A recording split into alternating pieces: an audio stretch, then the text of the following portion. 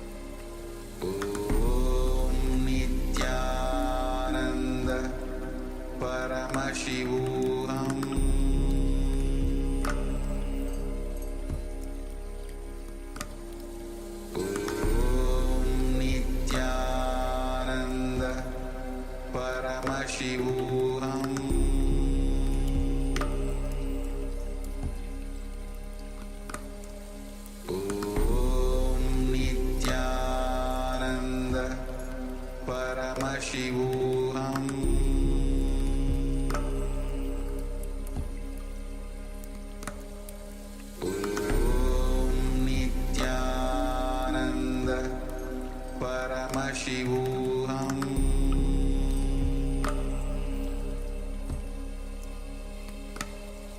Om Nithyananda Paramashivoham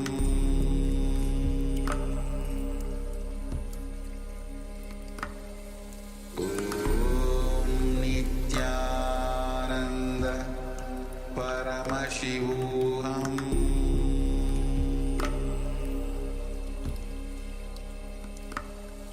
Om Nithyananda Paramashivoham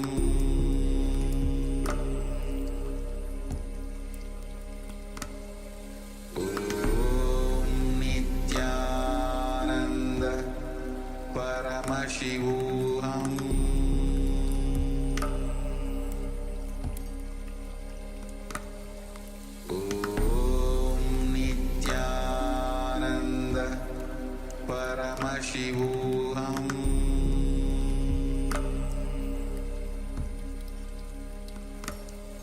Om Nithyananda Paramashivoham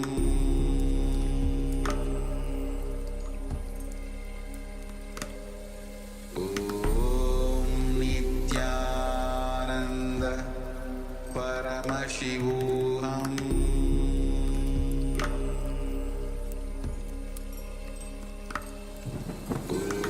Om Nithyananda Paramashivoham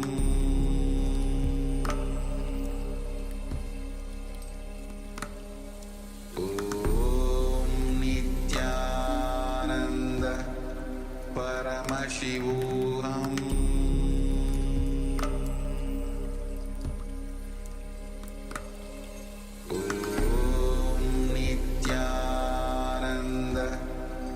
Om Nithyananda Paramashivoham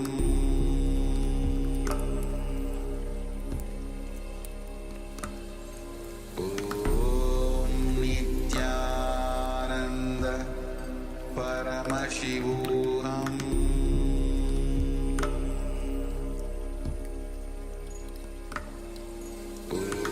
Om Nithyananda Paramashivoham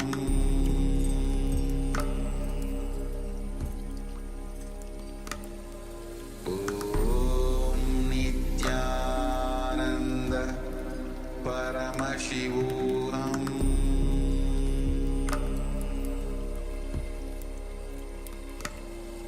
Om Nithyananda Paramashivoham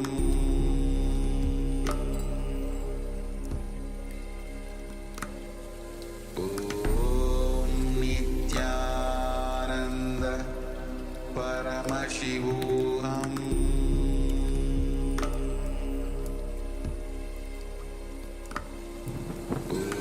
Om Nithyananda Paramashivoham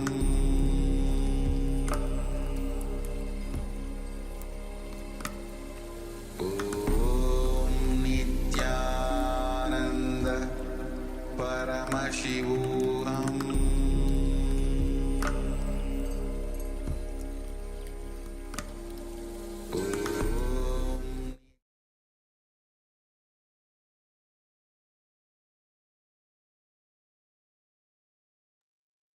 Yes. Now you can relax and let's share. Actually, go ahead, take a moment and have the second measurement, the temperature of the water in the container. So you can take the device, whether it's thermometer or any other device, so that you can measure the temperature of the body, temperature of the water in the container. And if you don't have any device, you can use on skin, the fingertip, to just feel the change in the temperature. Even all the participants following us, watching us on YouTube, you can also start sharing.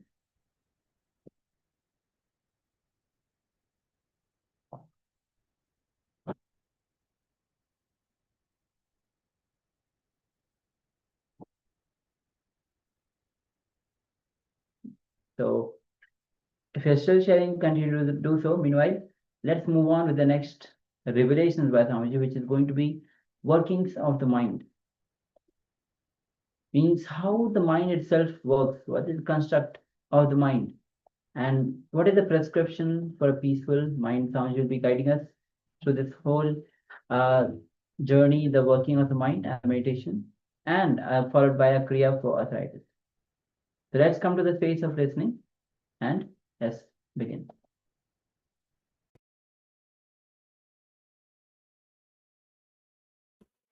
I'm very happy for I thank for the beautiful introduction and the words given by Dr. Murali Krishna and Dr. Vijaya Malpan.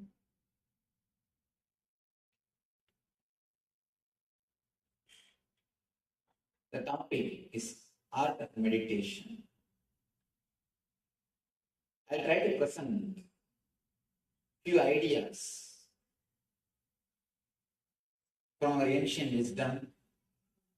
Then we'll analyze these ideas with our questions and try to internalize them through our question answers.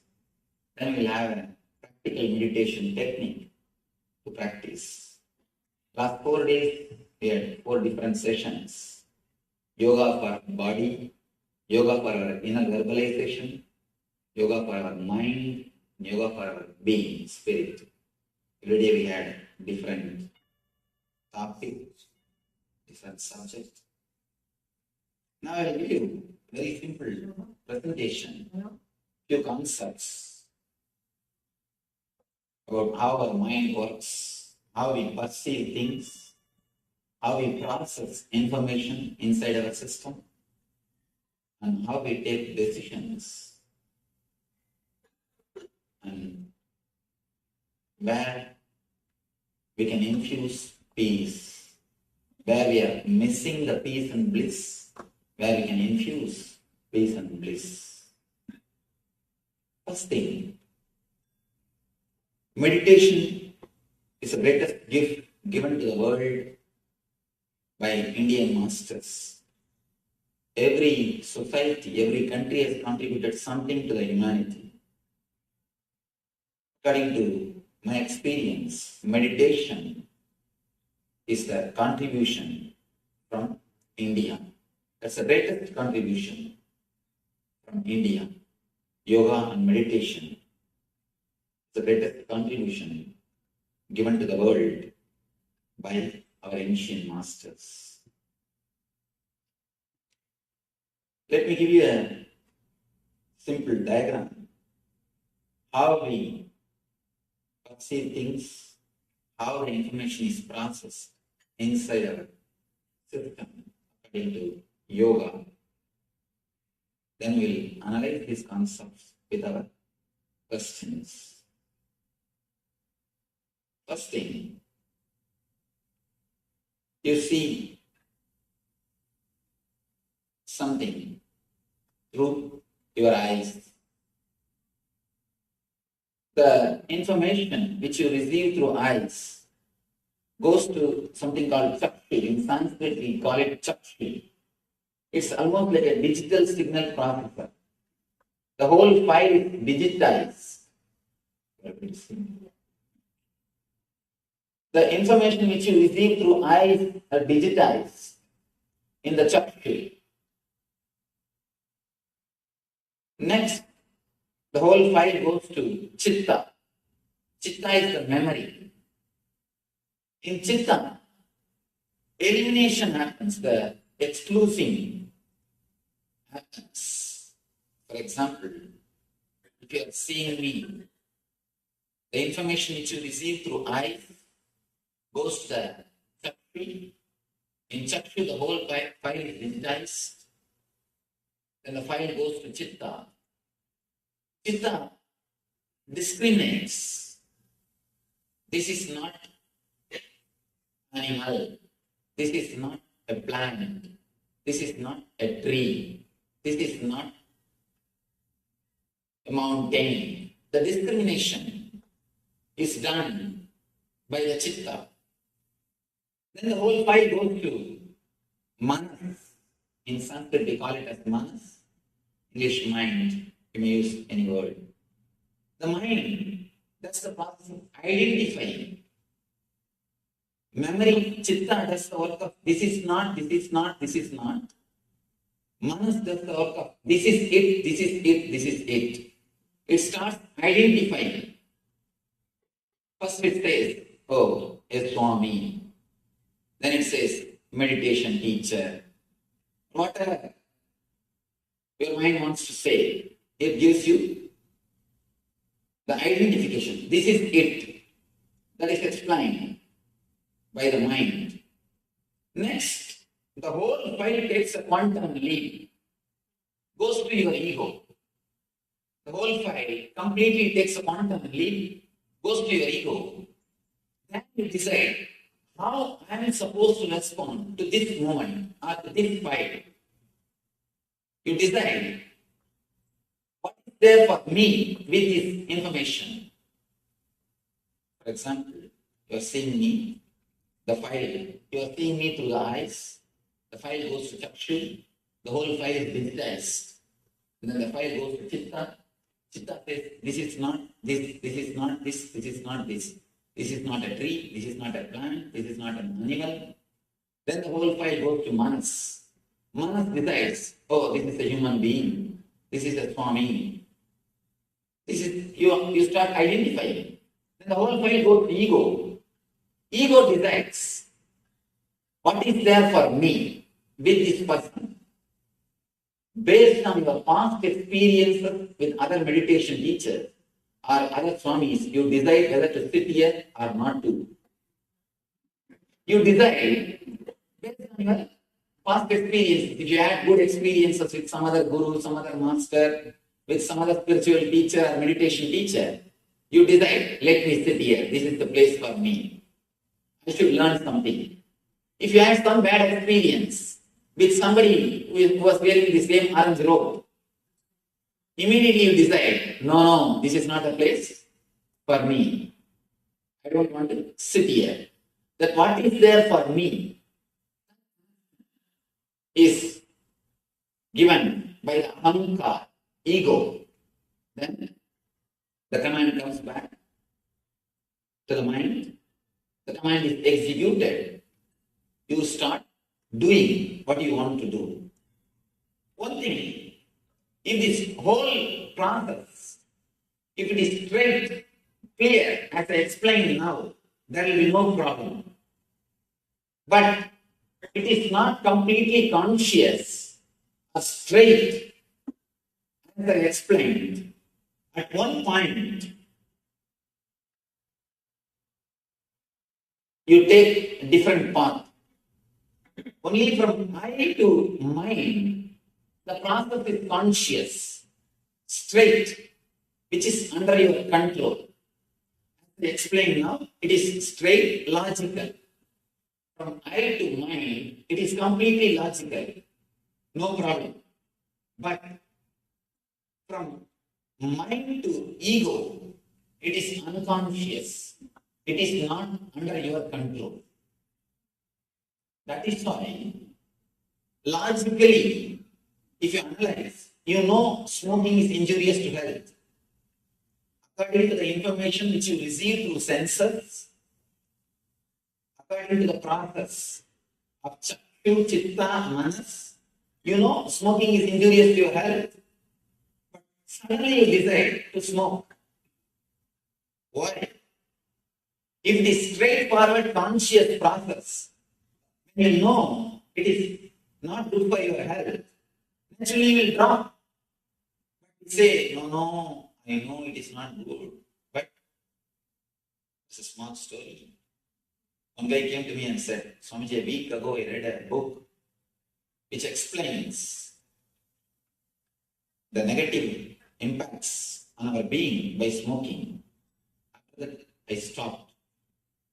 I asked him, oh, you stopped smoking, that's nice.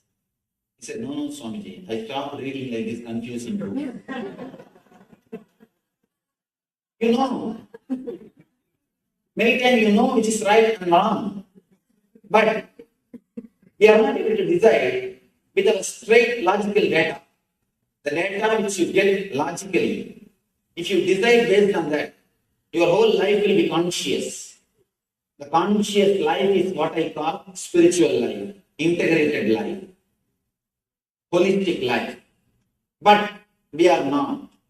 In many places, we do make unconscious decisions. Why we make?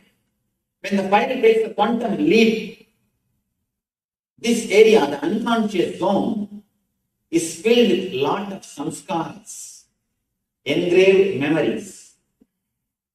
That's the right word for samskara. Engraved memories. These engraved memories, they just decide on their own without asking your permission. Logically, you know smoking is injurious for health. But suddenly you decide, let me smoke. Because of the engraved memory, samskara. Samskara is so powerful, it can just pull you to do the same act again and again. It has got tremendous power, force over your being. These samskaras are the root cause for many illnesses. I can say at least all psychosomatic illnesses. Samskaras are the root cause. These samskaras, these engrams, are the reason for our stress. If you see your life, the same incident, the same person will create a different types of response, will create a different emotion in your being at different times. When you are in a good mood, calm mood, the same incident, you will be able to handle it much better way. If you are disturbed, even a small incident, you are totally depressed. You are not able to handle it. It is because of the samskaras. The engrams play a major role in your thinking system. For example, if you are hurt or disturbed by somebody who is wearing white clothes, whenever you see a person wearing white clothes, that engram automatically comes up. That is why, if you are hurt, disturbed in a particular place, when you see that place again, even if the person is not there, you will have the same low mood. You will have the same depression. You will project the same thing in the place. At some time, it's very serious. The major decisions which you make are impacted because of these samskaras. In major decisions, when you take a major decisions, very important things in your life, if the samskaras inspire you, you don't even know in which direction you are traveling. You don't even know in which direction you are traveling. Especially some engrams, which is deeply recorded inside your being unconsciously. Continuously you repeat them without awareness. Continuously you repeat them without even your awareness. Especially morning when you start brushing your teeth, you can see your mind will be repeating some words which is not directly related to your life, which is not directly related to your routine. Simply you will be repeating something. When you are taking bath, your mind will be repeating some words. I always tell people, if you are in the house, brushing your teeth, you are already in the office, thinking about your routine. If you are in the office, seeing patients, already you are in the beach, having vacation. If you are sitting in the beach, enjoying the cool breeze, already you are there in the house, thinking about your next routine. One thing is sure, you are not there where you are. If you are here, we can be sure you are everywhere except here. We just continuously go around. We almost live like ghosts because of these samskaras, because of these engrams. continuously you are repeating something inside your being which is not directly logically connected to your routine or to your life. This unconscious process creates a lot of disturbance in your physical health and mental health. For example, when you are in deep fear or in high peak mode of greed, these engrams, these samskaras get recorded in your system. A small girl falls into a swimming pool or a stream of water. If people shout, oh, she can't breathe, catch her, help her, that word gets recorded in a system as a samskara. She will suffer asthma, even after getting 40, 50. Continuously samskara repeats itself in our being. I have seen hundreds of cases like these people suffering because of samskaras.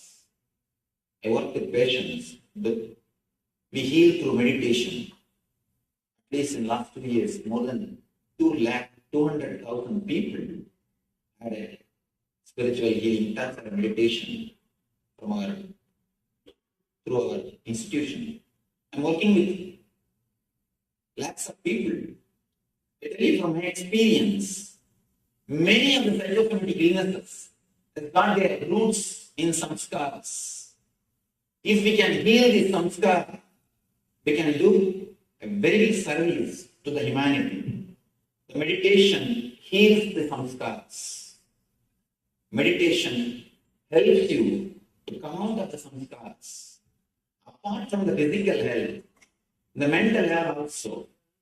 The stress, the main root cause for stress is the samskaras. Actually, these samskaras, when they are sitting in this unconscious zone, they will not allow any file directly to reach the ego. More the samskaras, more the file will be discarded. Everybody will sign their opinion on that file. Understand?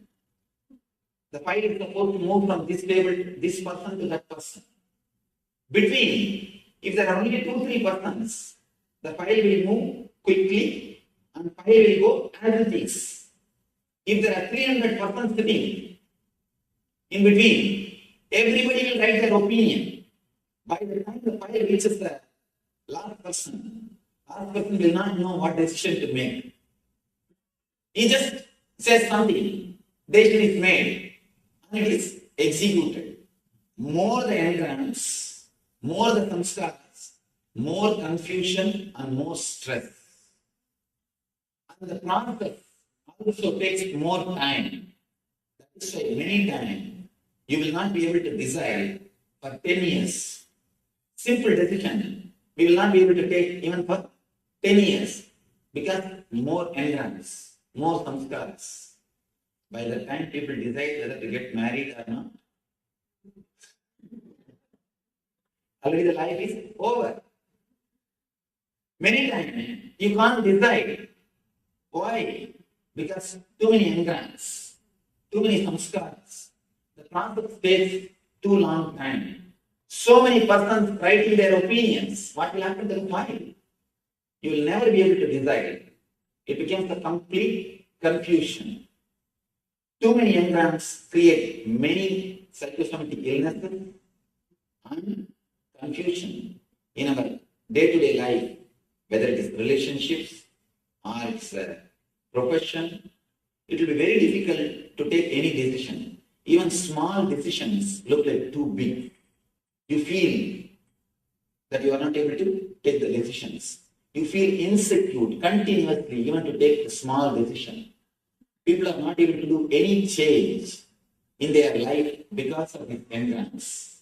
Too many samskaras. You will not be able to move in your life. The whole courage or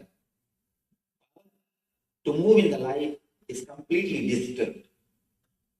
The unconscious process or the engrams is the root cause, the single root cause for many of our problems. If we can infuse peace, silence into this unconscious zone, the whole unconscious zone becomes conscious zone. Because the moment you remove the engrams, the moment you remove the samskaras, the whole process will be under your control, will be under your awareness, will be under your consciousness. Only because of the samskaras, the process goes to the unconscious zone. If the samskaras are removed by infusing peace into the unconscious zone, the whole thing will come under your awareness. Removing the samskaras, infusing peace into the unconscious zone is what I call meditation. Is what I call meditation. One more thing, the time taken for the conscious process and time taken for the unconscious process.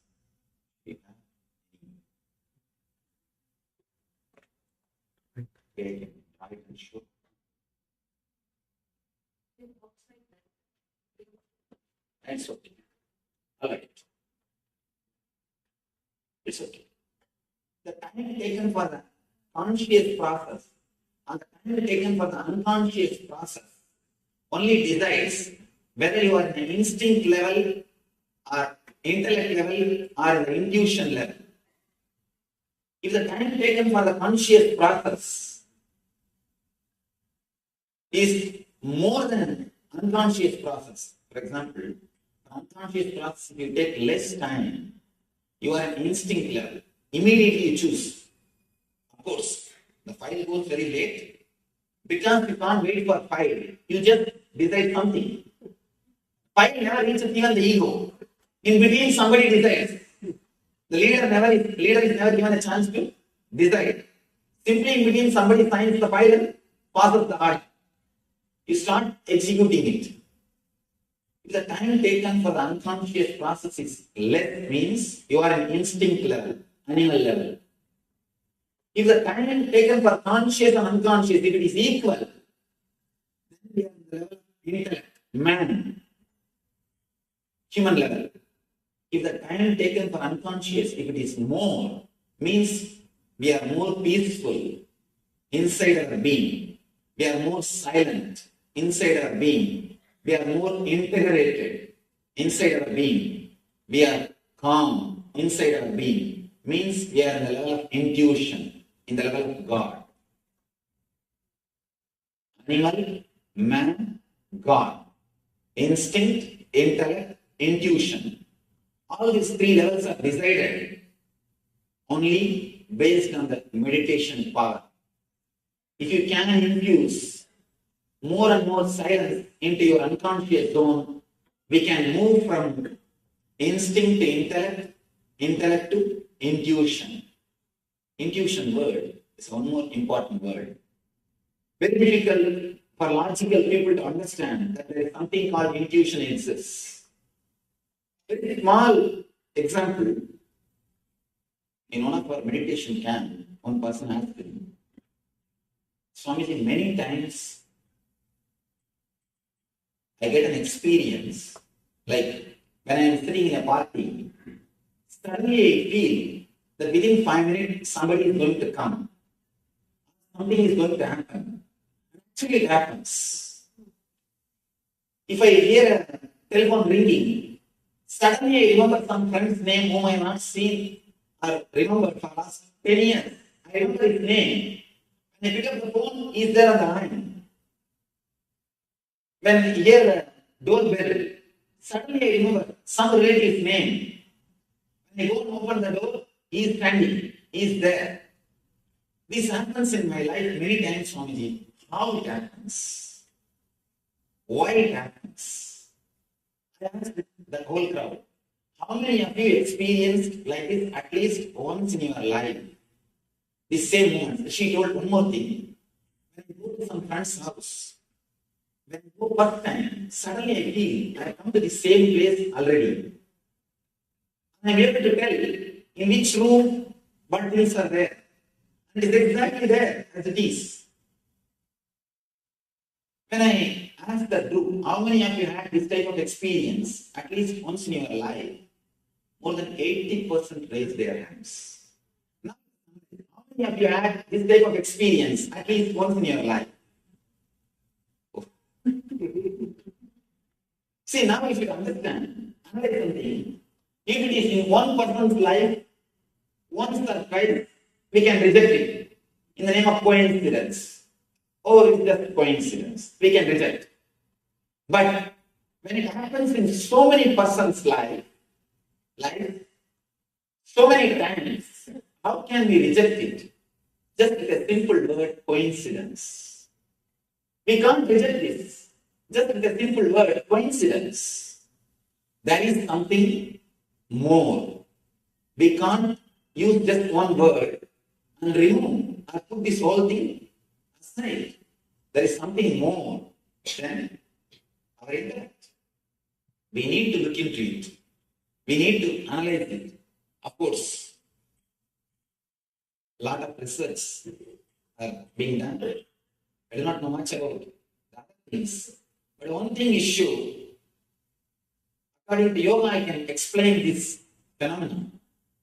At that moment, fortunately, knowingly or unknowingly, you come to the present moment. When you come to the present moment, you will have the power, energy to see what is going to happen next. Almost no confusion. You reach the state where there is no confusion. No engrams are signing your file. At that moment, for that single moment, no engrams are signing your file. Your file is straight away reaching the ego without any signature from any samskaras. The whole process is conscious. That is why suddenly you get glimpse of intuition. Suddenly you get what is going to happen next. You can stay continuously in the same state by practice. People tell me, Einstein says in one place, logic is a servant, intuition is a gift from higher energy. I tell you, intuition is not just gift. You can make it as a salary. If it is a gift, we have to wait. Who will give, when they will give, what time, whether it will come or not, we don't know. You can make it as a salary. You can work for it. You can achieve it. You can make it as your life. We can stay in the same state of intuition, the same state of ultimate consciousness continuously through meditation.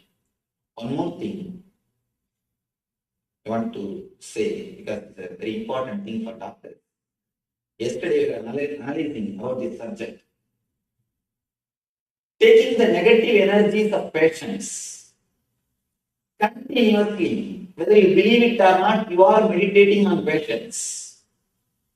Continuously, you are contemplating on negativities, the problems of the patients. There was a beautiful research which I was reading that in medical schools, if a particular subject, if they are teaching about particular disease, more than, for example, headache or knee pain, back pain, more than 40% of the students show the same symptoms at the time of teaching. 40%. When you continuously contemplate on some particular disease or symptom, you tend to feel it. Even you can see when you listen about some symptom, you just compare inside your mind. Do I have that? Do I have it? When you contemplate, you try to express or experience the same things in your system. Continuously, whether you believe it or not, accept it or not, we are meditating on patience. And when whatever things you are receiving, the negative engrams or the negative ideas you are receiving from the patients, straight away goes and settles down in the unconscious zone. It is in the unconscious zone. creating more trouble for us, as if we have less karmas, as if we have less samskaras. We acquire more and more samskaras, which creates more trouble, more complications in our life. That's why in Ayurveda and Yoga system, they emphasize every healer has to meditate to disconnect the etheric connection from the patients. Every healer has to clean himself, disconnect himself from the etheric connection of the patients.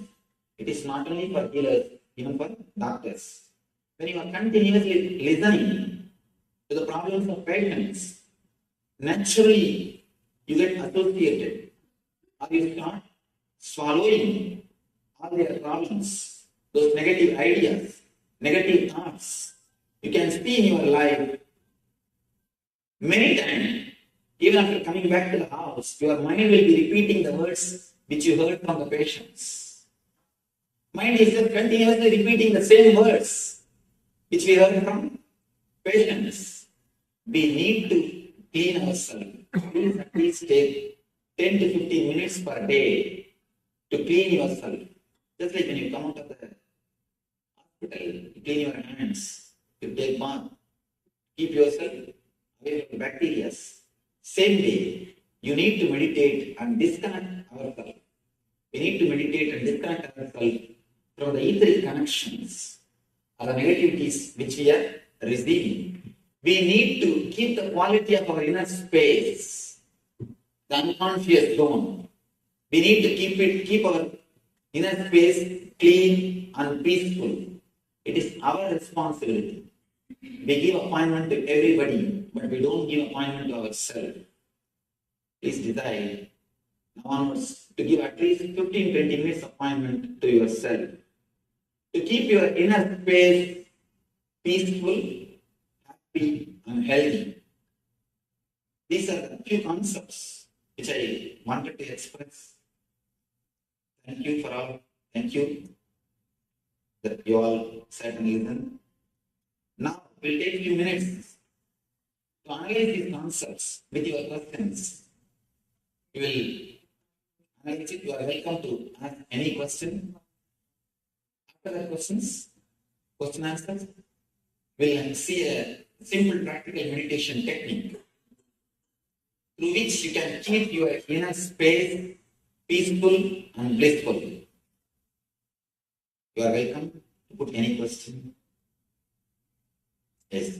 Do you believe in next life? It's too big theory, ma. See, let's bother about this life. I always tell people ask me, Swamiji, can you teach me the technique to get the past life memory? I tell them, this 30-40 year life memory itself is haunting us. It is making us mad. We are going crazy. Just this 30-40 years of memories. If we get 60 or 70 more years of memory, what will happen to us? So, I request, better not to bother about these esoteric things of next life, past life. Let's bother about this life, man. We are not able to live happily in this life.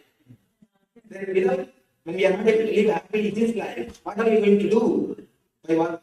Knowing that past life or next life, people come and ask me, Swamiji, please teach me some technique. I wanted to do the Bastria of the 1800 Kali.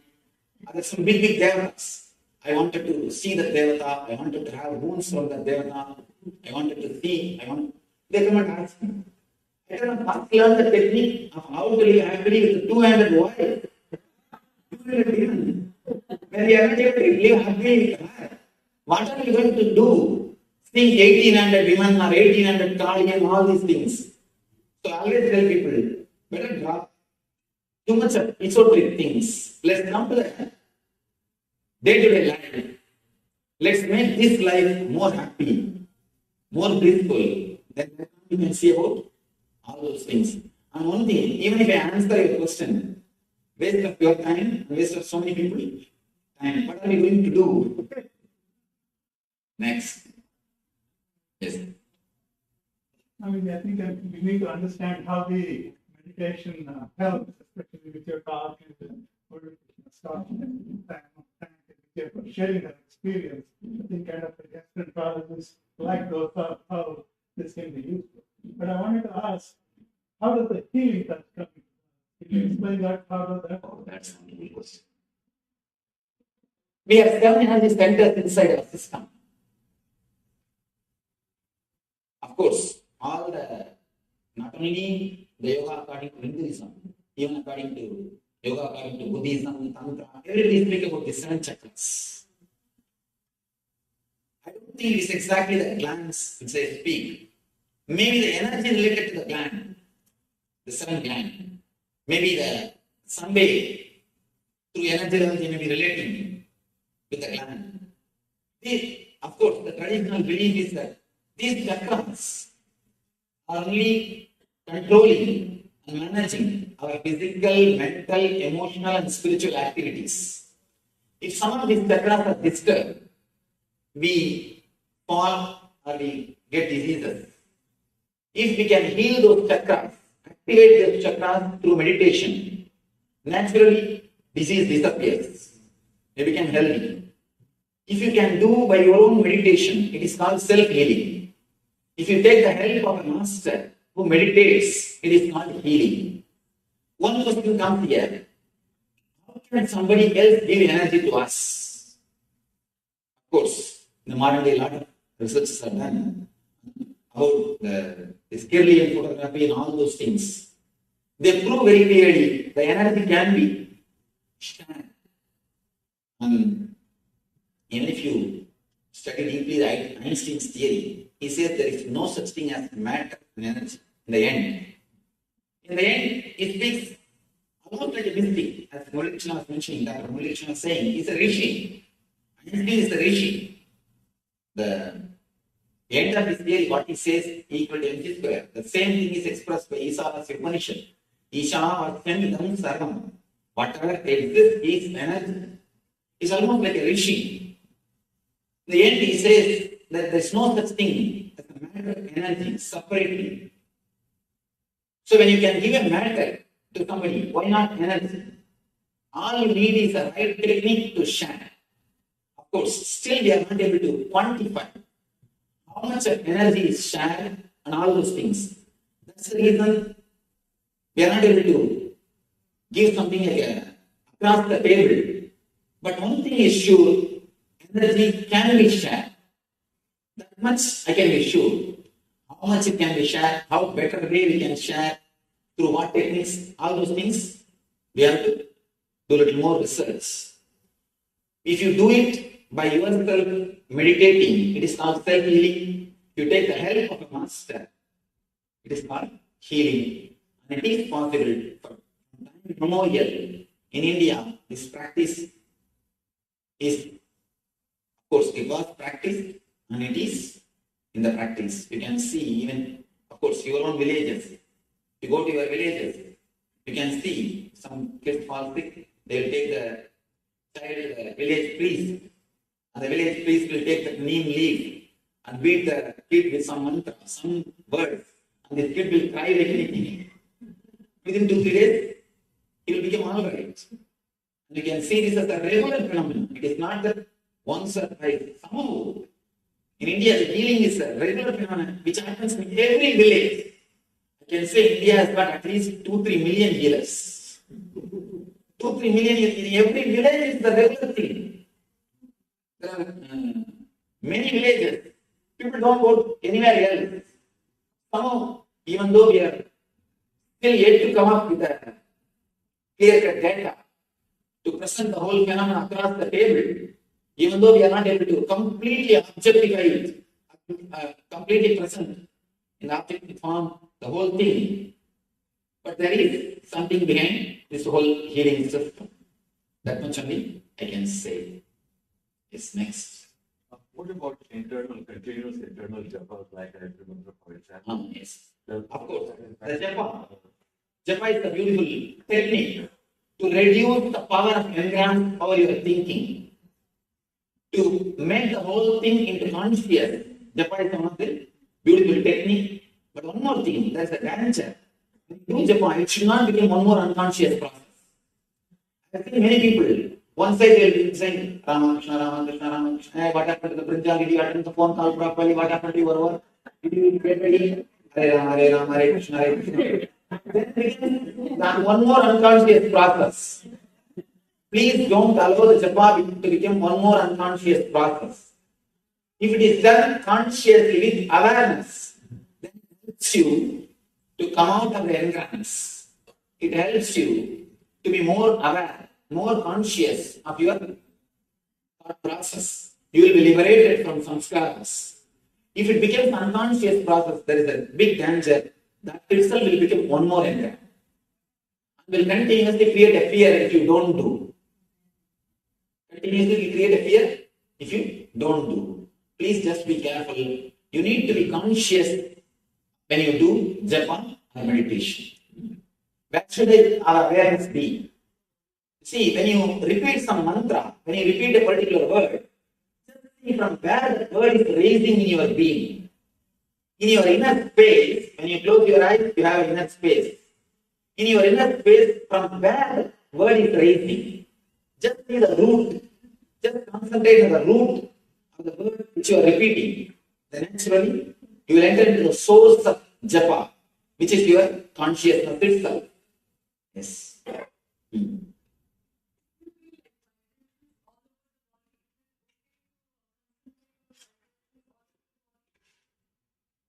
You can see, you can start touching the source of vibrations, from where the vibration starts.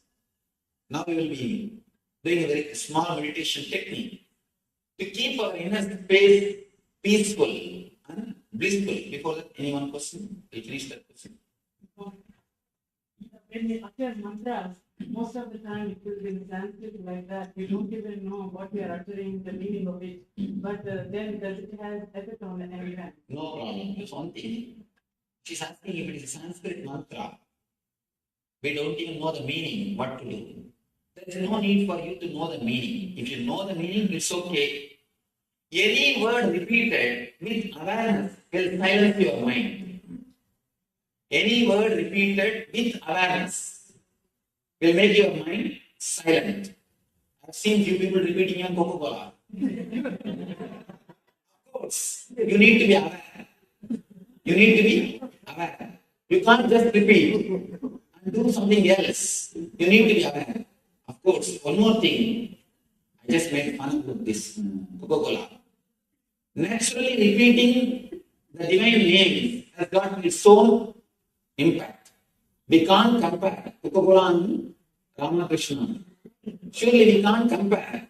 But what I'm emphasizing is more on awareness. Just to emphasize on awareness, I made this statement. But surely, when you repeat the divine names, it has got its own effect, its own thing on your being. Yes. How long does the meditation effect? Oh. Even if you can clean your inner space only once a day with a 15 minutes, that is enough. For next 24 hours, your inner space will be clean. 15 minutes or 20 minutes is more than enough to maintain complete 24 hours, the same quality of the inner space. One more thing, after a few days you will understand, it is not even the quantity of time, it is the quality, how intensely you sit, how intensely you meditate. You don't even need, after a few days, you don't even need 15-20 minutes. Just 5 minutes will be more than enough. After some time, you don't even need that 5 minutes. Just remembrance. Smarana is enough. By remembrance itself, you will be able to clean your inner space. See, this is the only scale. When you close your eyes, after the meditation, your inner space should be peaceful. You should feel a well-being, healthy. You should understand, health is not just no diseaseness. No diseaseness is only one part of health. The real health is something more than no diseaseness. Feeling of well-being. You feel alive, bubbling, simply oozing out the bliss. That is what I call health. If you feel that mood, when you close your eyes in your inner space, you reach the state of meditation. Closing eyes is important, or you can do it open eyes?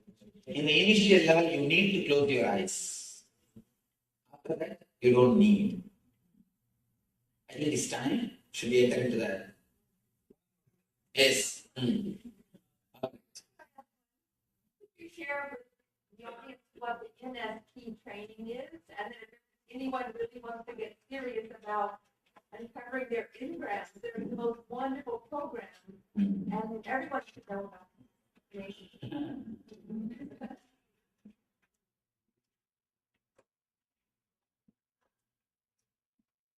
Of course, she's asking about our program. We do a 2 days workshop, meditation workshop, to clean this engrams recorded in our system, which is already into our being, which is not under our control now, which is there already. To remove that, she's asking about that program.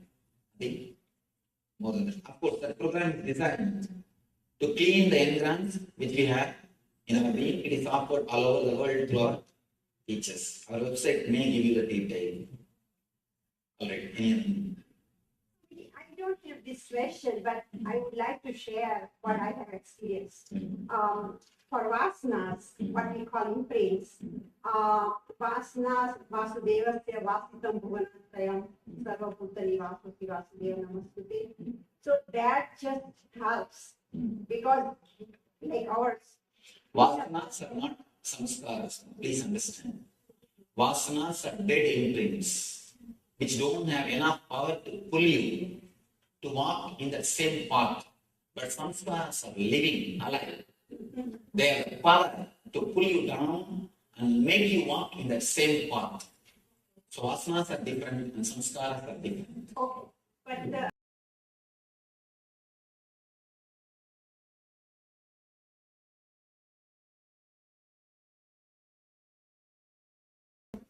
I think I'll give the instruction, we'll do it only for a few minutes. We'll just do it we'll finish the whole thing within 10 minutes. Let me repeat, and I think there's no time to give the gist. I'll just give the meditation technique.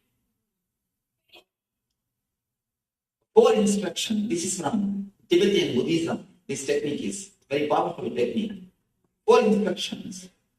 Sitting straight, the first instruction. You can sit in the sofa, chair, anywhere, no problem. But your head, neck, backbone should be in a straight line. Second instruction, closing the eyes. Please understand, when I say close your eyes, I don't mean just closing your eyelids. Something more has to be done. Usually, when you open your eyes, you will see all these things. When you close your eyes, you will see all these scenes in your inner space. Now that also has to be stopped. How to? Just for 30 seconds. Just for 30 seconds or 1 minute. Create little pressure on your eyeballs mentally. Not physically, mentally. If you can create little pressure, and you just press the eyelids. Inside, the inner visualizations will come down. Just for 1 minute. You should not do more than 1 minute. This is the second step. To disconnect yourself, to purify the inner space. Please don't do it physically through your hands. Do it mentally. This is the second step. Third step. Please understand. First, you can listen the instruction, then we can do it. Third step, creating a loud humming sound in your inner space. Don't allow any thought to come in your inner space. Just create loud humming. The humming itself will take care. Automatically thoughts will disappear. Just create a loud humming sound. Let me show you how.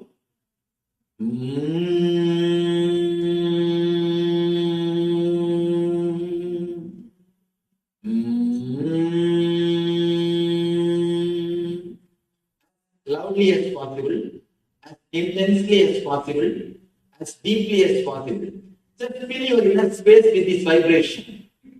Naturally, the engrams will be put to rest. You will infuse peace into your unconscious zone.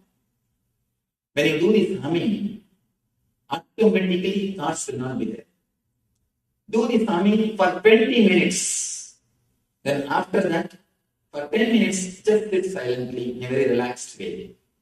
Let me repeat the instruction. First, sitting straight. Second, closing your eyes. Third, 20 minutes of humming. Fourth, 10 minutes of silent sitting. This is the very simple initial level meditation technique. I always promote this one technique for the beginners because this technique does a lot to our being. It can keep your inner space peaceful and blissful.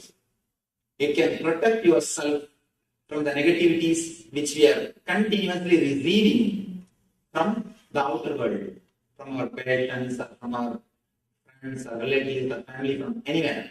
It can protect ourselves from the negativities which we are receiving from the outer world. And it can heal. It can remove the samskaras which we have already recorded inside our system. We can get rid of these engrams. Even though technique looks very simple, when you practice, you will understand the effect. You will understand the result. Now we can take just a few minutes. We will do it only for 3 minutes, 3 minutes. 3 minutes we will do the humming, and 2 minutes we will be silent just to have the taste so that you will be able to practice in the house. If you are interested, please start. Please sit straight. You can close your eyes. Just for a few seconds, create little pressure on your eyeballs. You can stop the eyeball movements by creating little pressure so that the thoughts will come down. Start humming as intensely as possible, as loudly as possible.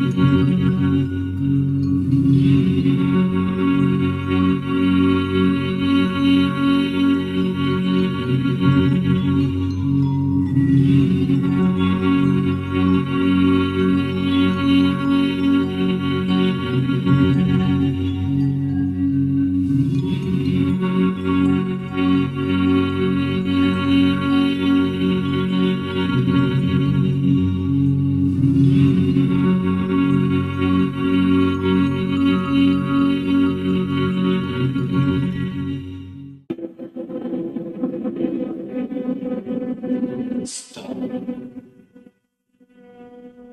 Let your eyes be closed.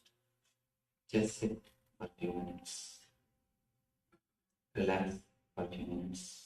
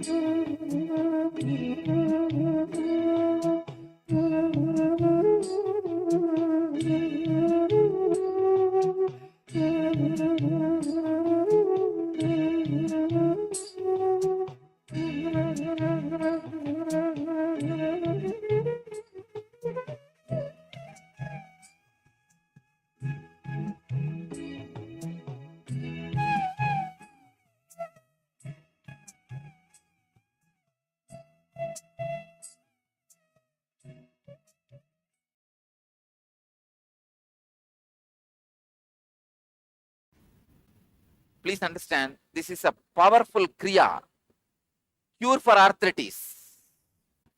You can sit either in Ardha Padmasana or ordinary, just comfortable sitting posture, which I am sitting now, or you can sit in ordinary comfortable posture. Bhuda Sutti Kumbaka. Please understand the first step. Bhuda Sutti Kumbaka. Let me give you the instruction step by step.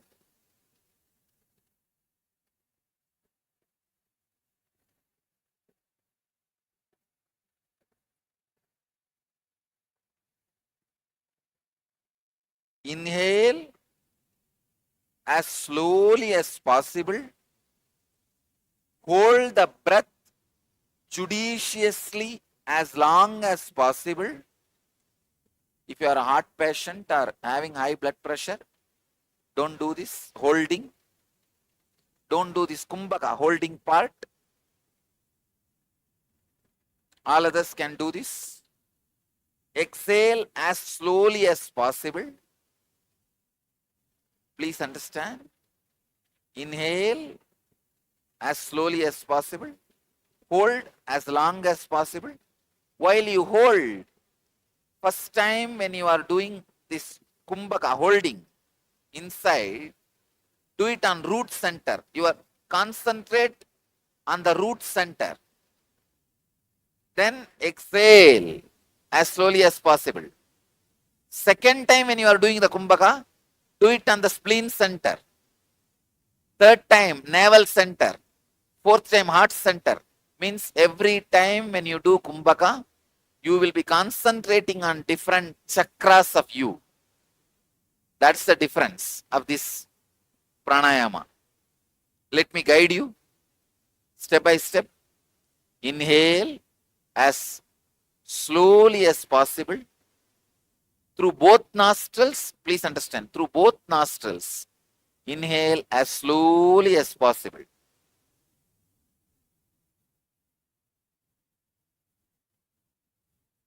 When you feel full, hold using your fingers, both nostrils. Concentrate on your root center, end of the backbone, spine.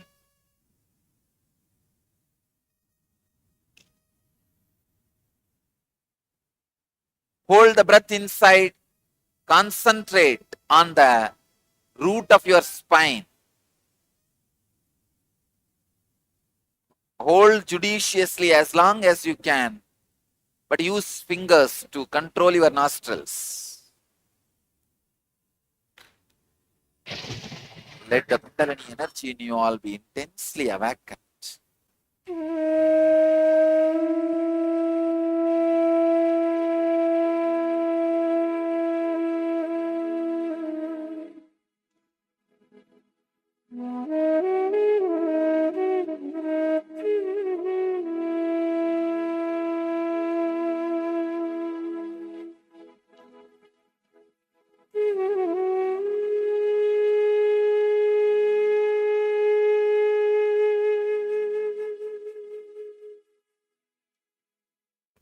Exhale slowly, very slowly.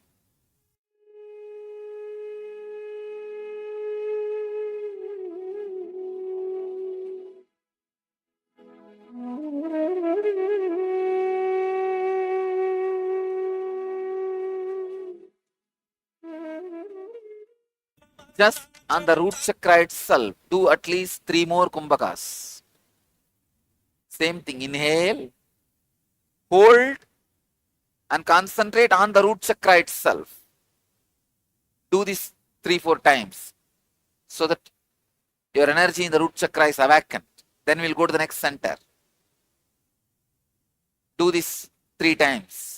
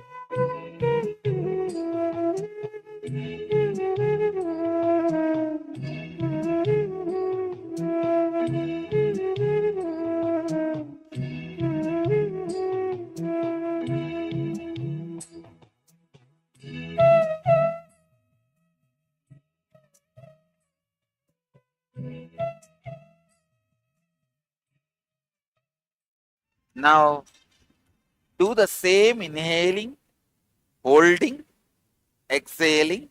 But when you are holding, bring your awareness to the spleen center, just lower than the navel, little lower to the navel center. 2 inches below the navel center is your Swadhisthana, spleen chakra. Bring your awareness to the spleen while you are holding the breath. Do this at least 3 times. Start. Inhale as slowly as possible.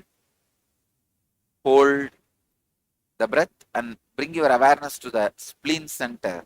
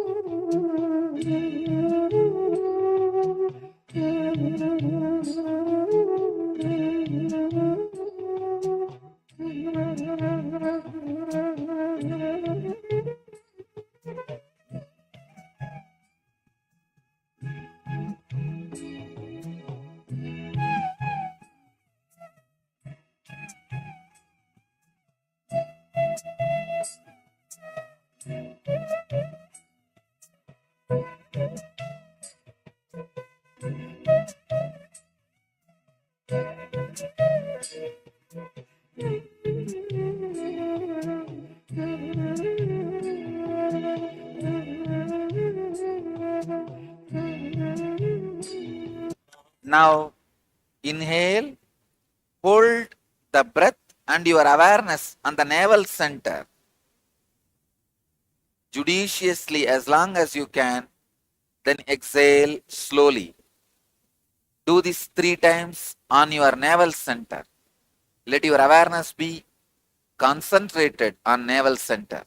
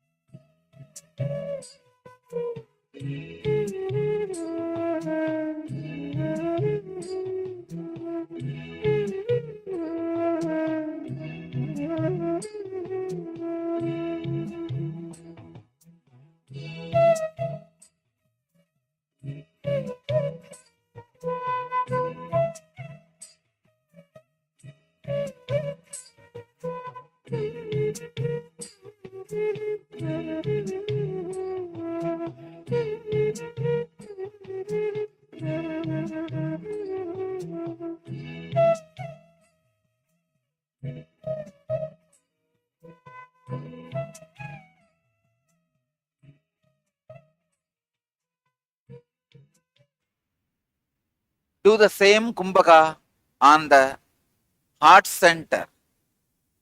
Bring your awareness to the heart. Inhale, hold in your heart center, your awareness during the holding. Let it be on your heart center. Then exhale as slowly as possible. Do this 3 times.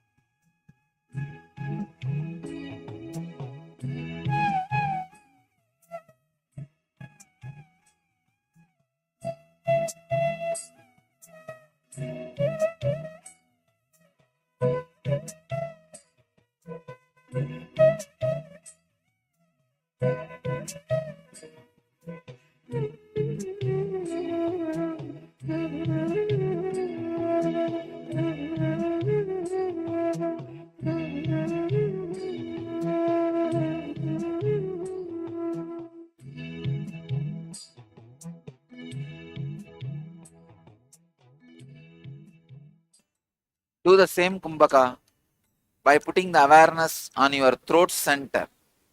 See, arthritis is a very complicated disease. That is why you need to work on all energy centers, and long Kumbakas are required. Please do it.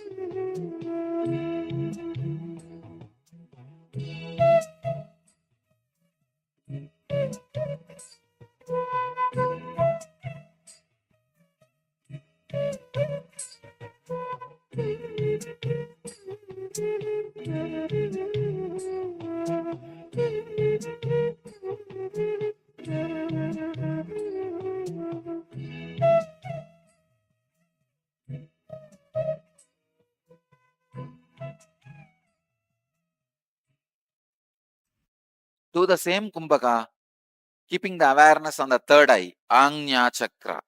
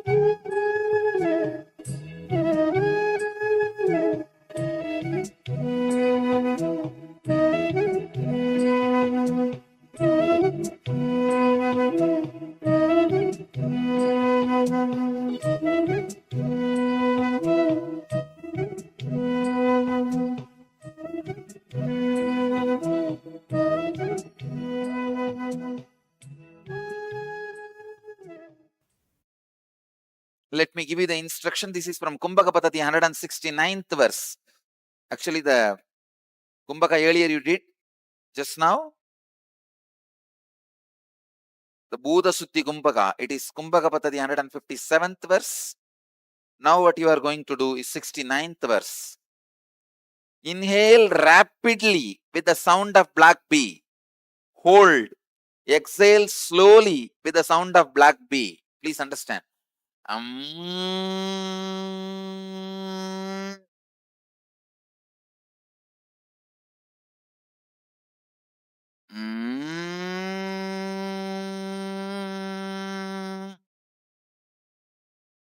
Inhale rapidly with the sound of a black bee. Hold as long as you can judiciously. And then exhale rapidly with the sound of black bee. Do this Brahmari Kumbaka 21 times. It will awaken your every muscle. Your every muscle will be awakened.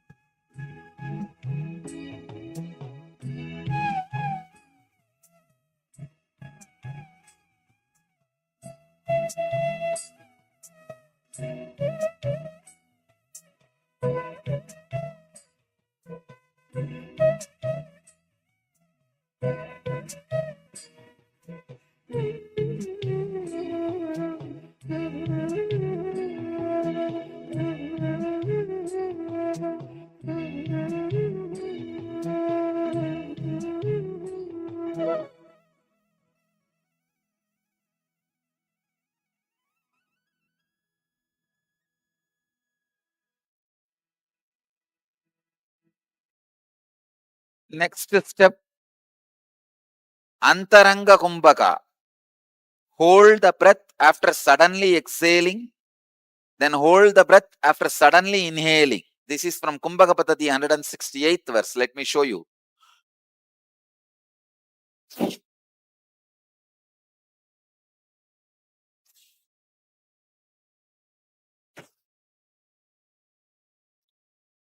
Hold the breath after suddenly exhaling. Suddenly exhale and hold as long as you can. Then suddenly inhale and hold as long as you can. Then suddenly exhale and hold as long as you can. Please do this 21 times. This will pump so much of prana into your muscles. This will remove any pains.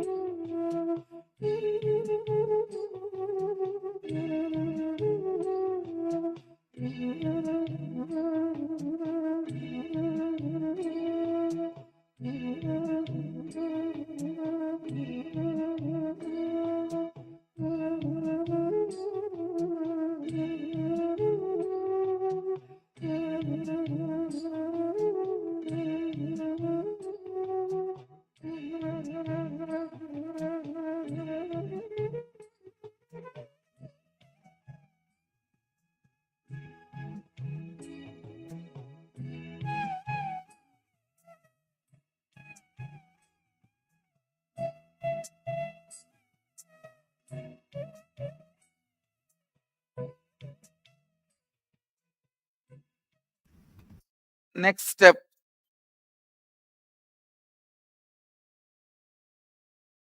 Bastrika. This is from Garanda Samhita, 5th Upadesha, 75, 6, 7 slokas. With a bellowing sound, forcefully blow out the air out of both the nostrils so that your abdomen gets tucked in. Slowly allow the body to inhale. Repeat the cycle. Let me show you.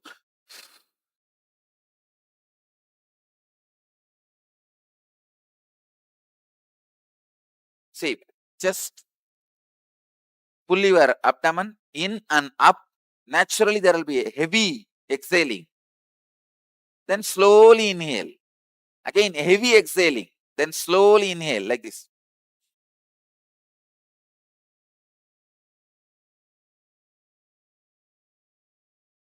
Heavy exhaling by pulling the lower abdomen in and up.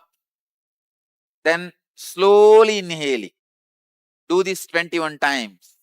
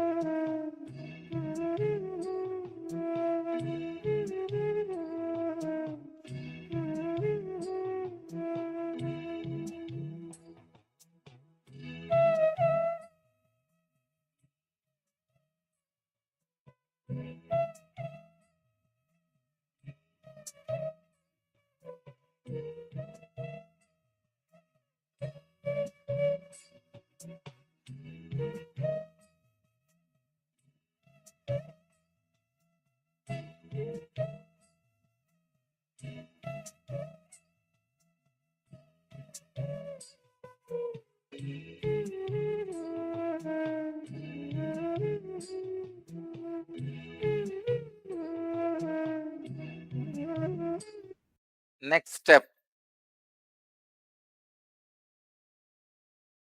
just sit silently for a few seconds in unclutched mood. Now is the time you will experience intense kundalini awakening and levitation.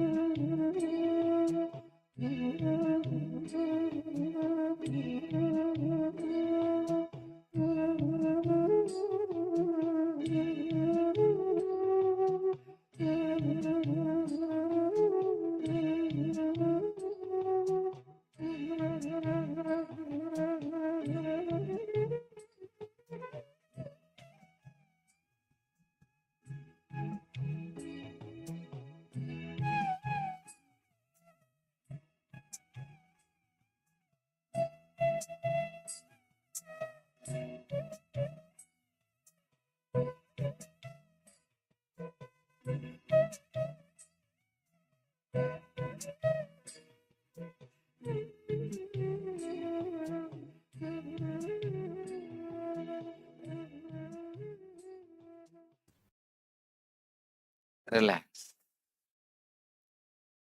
It's a powerful Kriya. Do this for 21 days. Assure any level arthritis not only will be completely cured, will never come back. Many of the other pains which is not related to arthritis also will be cured by that antaranga kumbaka. That process releases natural painkillers in your body. Established since 2002 in the United States of America, the United Ancient Nations is an intergovernmental organization currently made up of 160 plus members and indigenous nations. The UAN and its work are guided by the purposes and principles contained in its founding charter. The UAN is a manifestation of the profound connection amongst indigenous peoples across the world, including African, Andean, American, European, Caribbean, Oceanic, and Asian regions, rooted in shared wisdom, sustainable practices, and deep reverence for the earth. The United Ancient Nations serves as an international cultural and diplomatic organization focused on uniting indigenous cultures globally. Our governance structure is council-based without territorial claims, led by a collective leadership through our General Secretariat. As a non-state entity with UN-style advocacy, we focus on several key areas.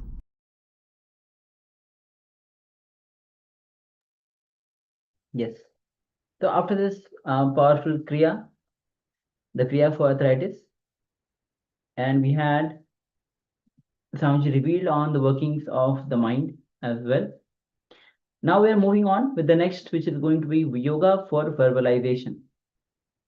And what is the what is the yoga for the verbalization?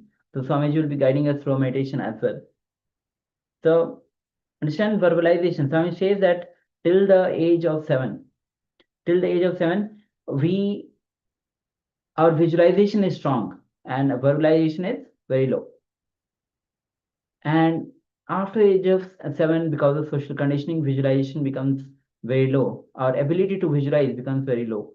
And verbalization, because we have gathered so much of words, our verbalization becomes strong. So we need to clean our inner space so that once again we have that strong visualization and low verbalization. So let's come to the space of listening as Swamiji reveals on this, and let's get ready for the meditation as well. So let's enter into these revelations.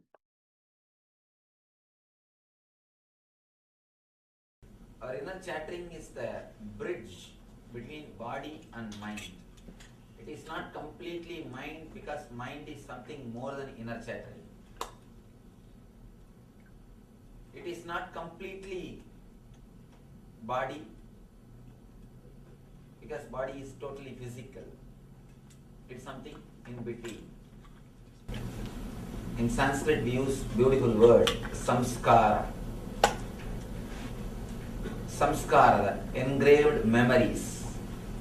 These are the reason for inner chattering, our verbalization. Today we will see about our verbalization, yoga for our inner chattering, yoga for our verbalizations. Again and again, all the great masters declare, you are Atman, you are energy. And that's a beautiful statement in the Upanishad. Excuse me, I'm taping here, could you mind?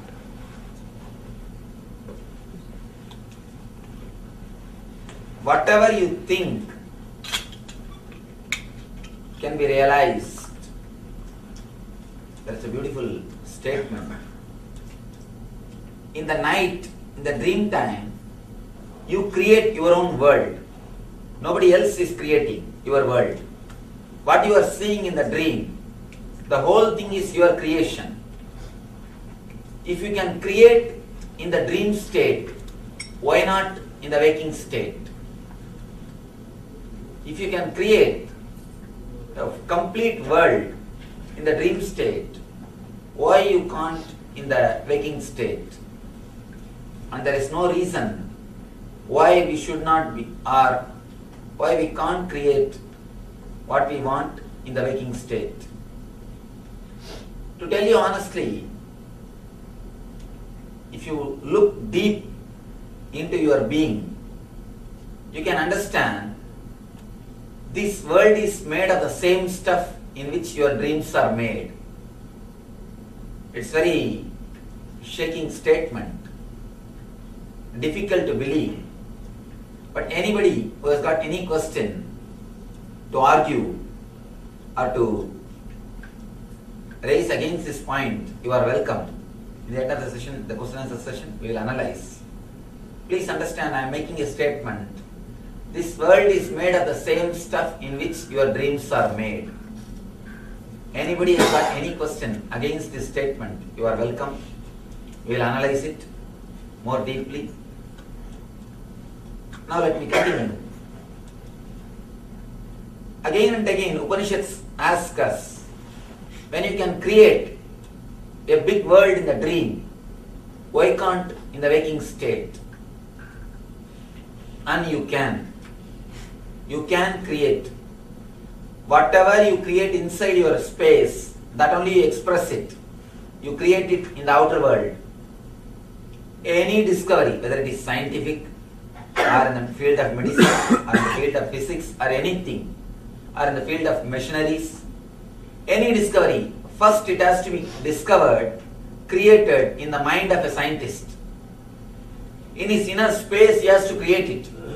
Only then can be created in the outer space, in the outer world. In the dream world, you do the same thing. You create something in your inner space and you project it in the outer space. In the waking state, in this world also, you create something in your inner space and you project it in the outer world. But when you create the model in the inner space, you do some mistakes. You do some, not even mistakes, I can say blunders. After the mistakes, we project that same model in the outer world. Once the result comes, we start asking, how can this be my creation? If I wanted to create, I would have created much better way. But we don't look into the mistakes which we do when we create the model, when we create the mold. If you can work on the mold, if you can correct the model, you will be able to project what you want to project. First thing. And then you will have the tremendous understanding. The whole world is your projection. When you correct the mistakes which you are doing in your inner verbalization, you will achieve two things. First, the Shakti to realize your dreams. The Shakti to make your dreams into reality. Second thing, the buddhi to realize the reality itself is nothing but your dream. Shakti to make your dreams into reality, and buddhi to realize that reality is nothing but your dream. Even once, if you can create a model and project it in the outer world clearly, you will realize you can create. When you realize you can make your dreams into reality, immediately you will realize whatever you think as reality is nothing but your dream. You will realize these two at a time. Now let us see what all the mistakes we are doing in our inner chattering, inside our mind. Why don't you put your camera here? Get a good shot, sir. Or put the chairs such a way that people must be able to walk the other way.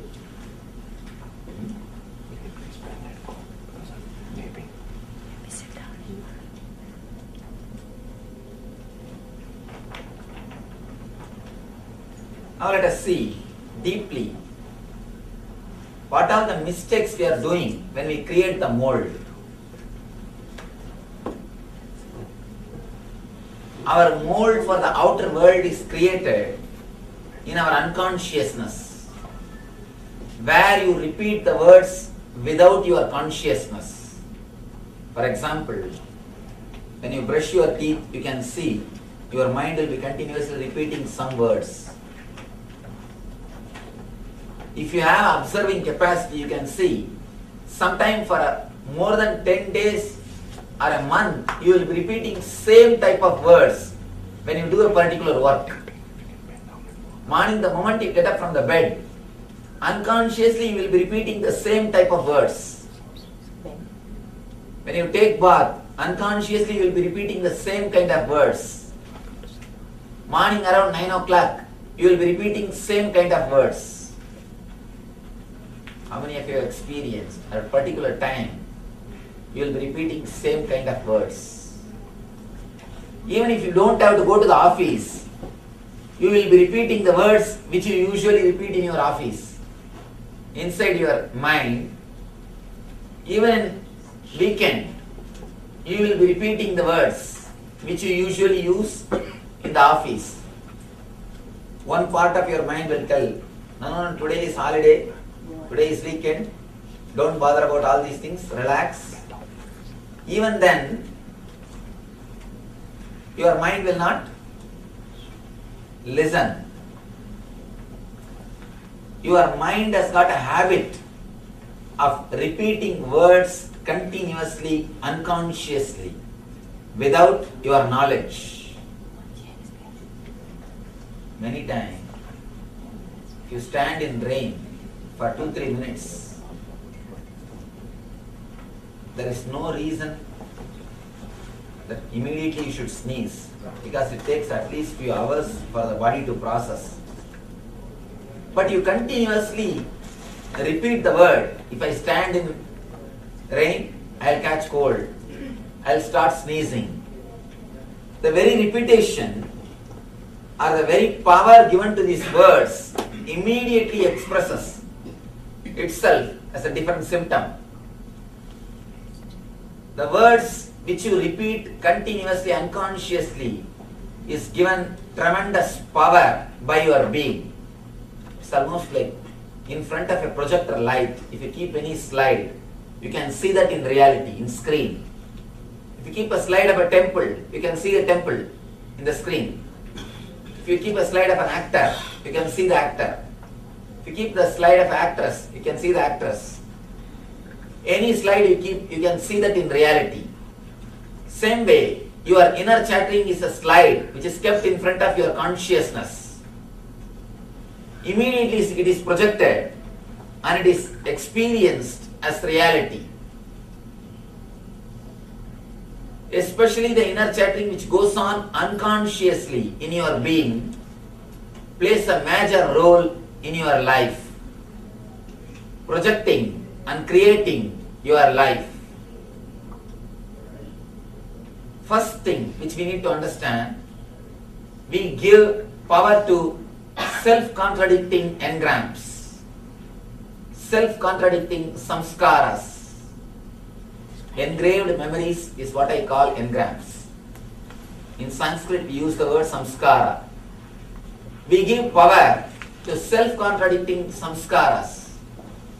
For example, if you want to get rid of some disease, if you repeat the word, I should get rid of this disease, the more you repeat that word inside your mind, more you give power for that word disease.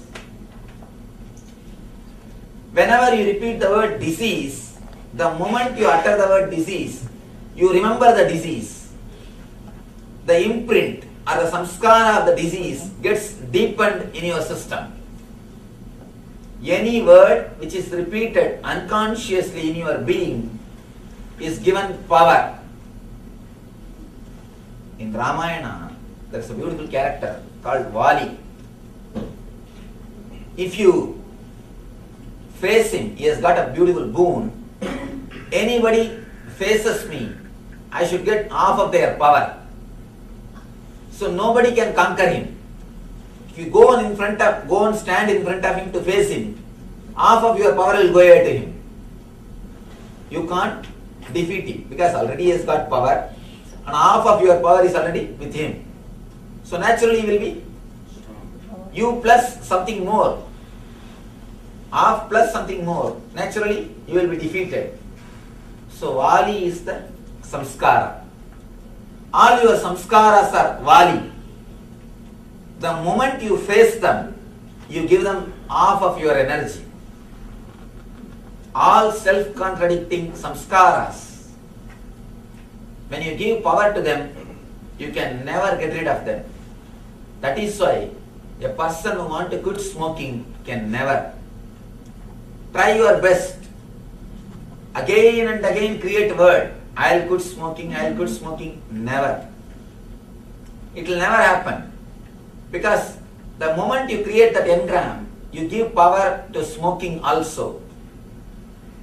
You give enough power to disease when you say, I'll get rid of this disease. The samskara which you need to create, which you need to repeat, or to which you should give power, should be straight. Means instead of saying, I should get rid of this disease, you should repeat the word, I should become healthy. Words which are straight, words which will create only positive memory in you. The words which should be given power should be very straight and clear. See, when you repeat the word, I should become healthy, again and again you remember your health or well-being. So that concept, that idea is given power. Anything which you remember and repeat inside your being, unconsciously, is given tremendous power by your being. When you repeat a samskara, that I should become healthy, straight away you progress in your life. But when you create a samskara, I should get rid of this disease, it is self-contradicting samskara. When you give power to this type of samskaras, you create only more trouble for yourself. Either you become split personality or schizophrenia. There's a beautiful story. One person wanted to have some miraculous powers. He went to Himalayas to see a master. Somehow he was able to find a master. He asked the master, Master, please give me some medicine through which I can get some miraculous powers. Master advised him, don't ask for miraculous powers, ask for meditation and enlightenment. That is only the right thing. That only will do good for you. But this person is not ready to listen to the master. He said, give what I want. I don't want your advice. In those days, the spirituality is seller's market. Now it is buyer's market. So, this person started demanding, supply what I want. Otherwise, I have other shop. I don't need your advice. So naturally, master couldn't do anything. Finally he said, all right, I'll give you a medicine. Take this to your home and drink. But only one condition, you should not remember monkey before you drink this medicine. Immediately the person asked, if I remember, what should I do? Master said, take bath, then drink. Now you know, this person is already in the big trouble. He went to the house, he thought, I never usually remember monkey. Why should I bother? He went to the house. The moment he picked up the bottle, he thought, oh, I should not remember monkey. Na? Oh, I remembered monkey. Now what to do? I have to go and take bath. He went, took bath, came out of the bathroom, picked up the bottle. Now you know what happened. Again, he remembered the monkey. Then he thought, I remembered monkey. He put the bottle down, ran to the bathroom, took bath, came back, and he picked up the bottle again. Remembered the monkey. After half an hour, he is seen just running between the bathroom and the bedroom. And after 1 hour, even in the bedroom he started shouting, monkey, monkey, monkey. After 2-3 days, he understood the whole drama, ran to the master and put the bottle at his feet. Please relieve me from these monkeys. Just do one favor. I don't want your medicine. I don't want your miracle powers. Just relieve me from this monkey. That one is enough. When you give power to the samskara, I should not remember monkey. It is self-contradicting engram. Self-contradicting samskara. When you give power to the self-contradicting samskaras, you create trouble for yourself. You are in trap. Your life will be naturally led towards the misery. Many people come and ask me, Swamiji, you say the whole world is our creation. Then why am I suffering? I don't want to suffer. But again and again, I am suffering. Why? Understand. Look into your being deeply. There must be something. There must be some reason. You will be enjoying your sufferings or the samskaras which gives you suffering. Either you will have some vested interest in your suffering itself. Many times when you suffer, you get attention from others. When you fall sick, people attend you. When you are happy, people attending you. You understand unconsciously, if I fall sick, people will attend me. I can enjoy that attention. If you are seeking attention, you will continuously create small problems to yourself. Fever, headache, cold, back pain, this type of the small things. Continuously you will create if you are seeking attention. If you are asking attention from others. Something directly or indirectly you will be enjoying. You will have some vested interest in your suffering. Or the engrams which create suffering. Some engrams you will be enjoying. You will be keeping it for some benefit. As a side effect, this suffering will come. When the suffering comes, you say, no, I have not asked for suffering. Small story. One guy went to the restaurant, ordered for dosa, idli, puri, chapati, everything, and finished with Calcutta pan. Suddenly the server brought the bill. This guy asked, I have not ordered for it. Why did you bring? He asked, I have not ordered for the bill. Why did you bring? But you should know, if you order for food, naturally you will receive the bill. Many times, without even understanding, without even realizing what will be the side effect of this engram, you enjoy that engrams.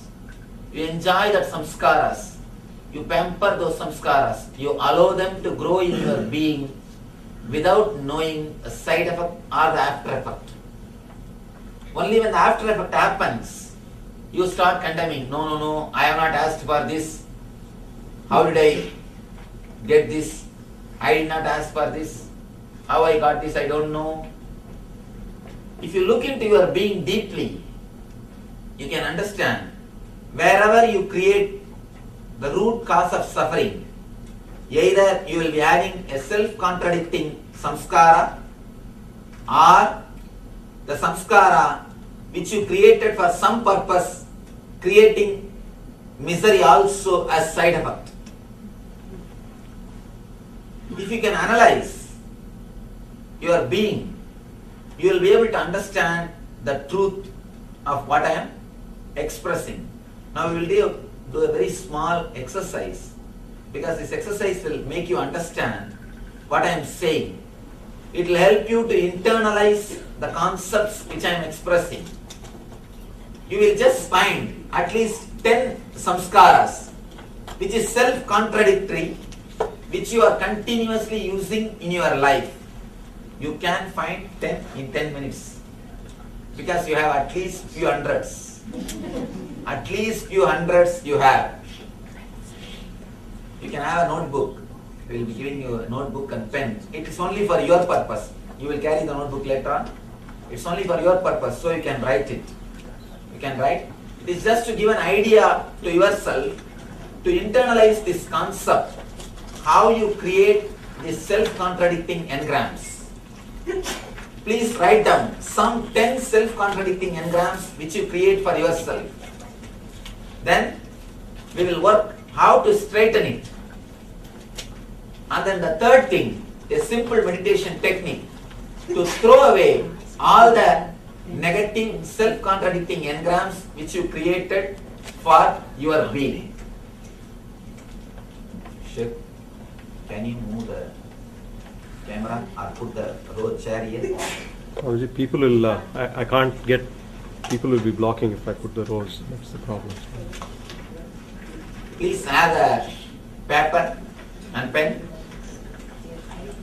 Volunteers. Jyoti, please write the paper and pen. Jyoti, bring down. If you got the paper and pen, start writing. It is for yourself, so please don't show it to the next person. And you can write it, nobody is going to read, it is only for your purpose.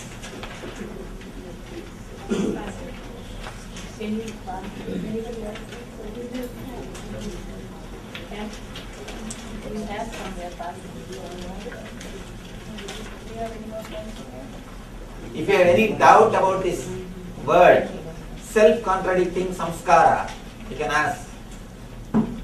The samskara which you have created to create a particular result, but which creates opposite result, because the wordings are not proper, because the thoughts are not straight.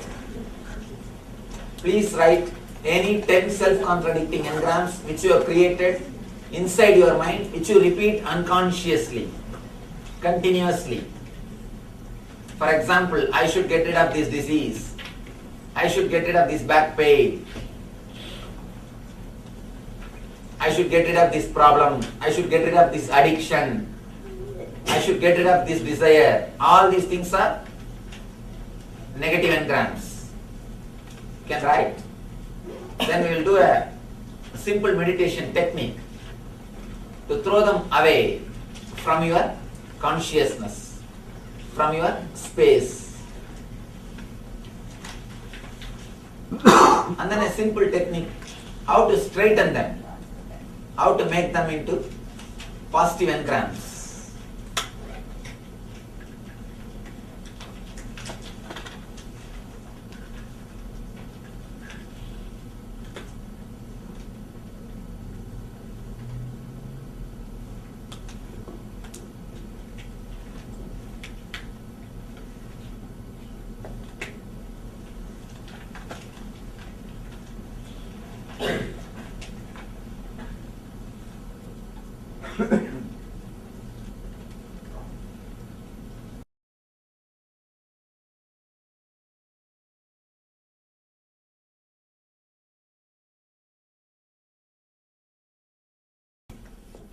Through our questions.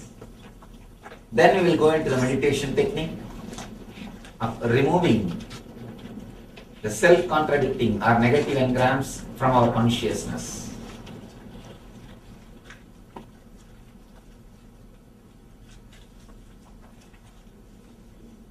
You are welcome to put any question.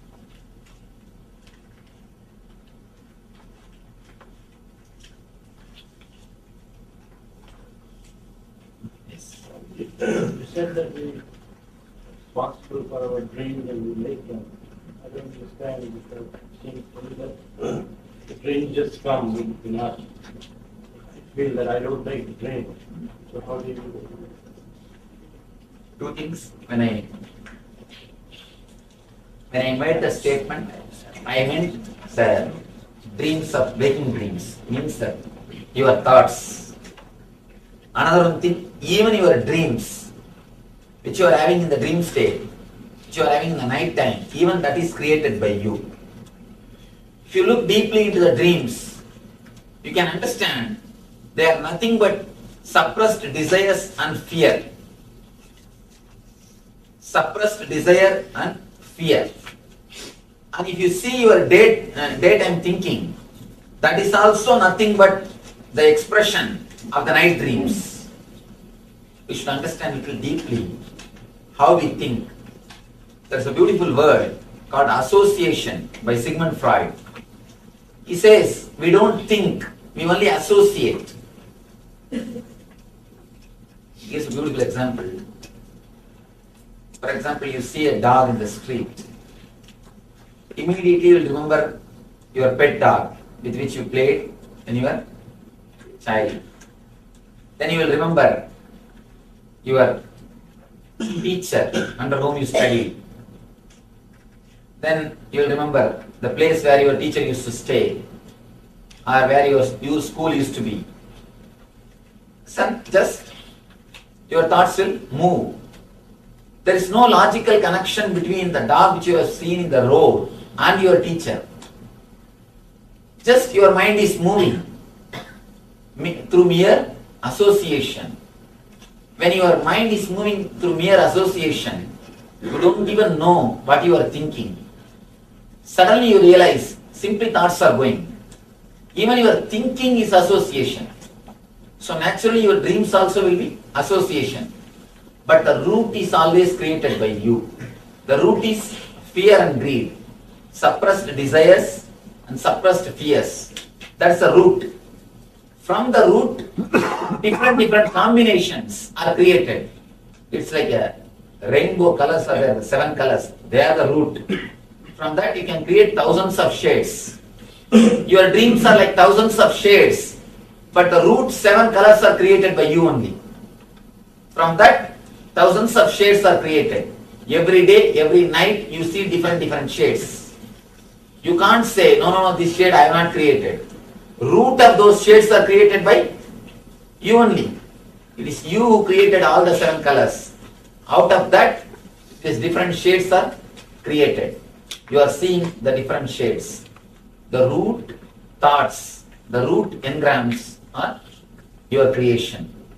Whether it is daydreaming or night dreaming. If you have little awareness, you can understand that daydreaming and the night dreaming are very closely related. If you fast for just 2-3 days, samvrata, ekadasi vrata, samvrata, just fast for 2 days, 3rd day in the night, dream you will have feast. In the dream you will have feast. How many of you experienced? Anything you suppress, you will experience or enjoy that in the dream. Whether it is fear or greed, if you suppress, you will have it in the dream. So naturally, directly or indirectly, it is you who is creating the root of night dream and daydream. When I say daydream, this world. When I say night dream, which you see in the night time. For both, it is you directly responsible. You said you should create level words like make body healthy, rather than get rid. What are other words that you can use? You can tell me what are the negative engrams you created. For that, then we will be able to. Okay, I tell myself tonight I have to sleep because I know I have to something. Of course, the I have to sleep is a straight away positive engram. It is no negativity. Okay, but I say, oh, I have insomnia. So I should say that. No, you say I have not. I have insomnia. Oh, then naturally it's a negative engram. So I should say that. Yes. I should say I'll sleep. Yes, I'll sleep. That's all.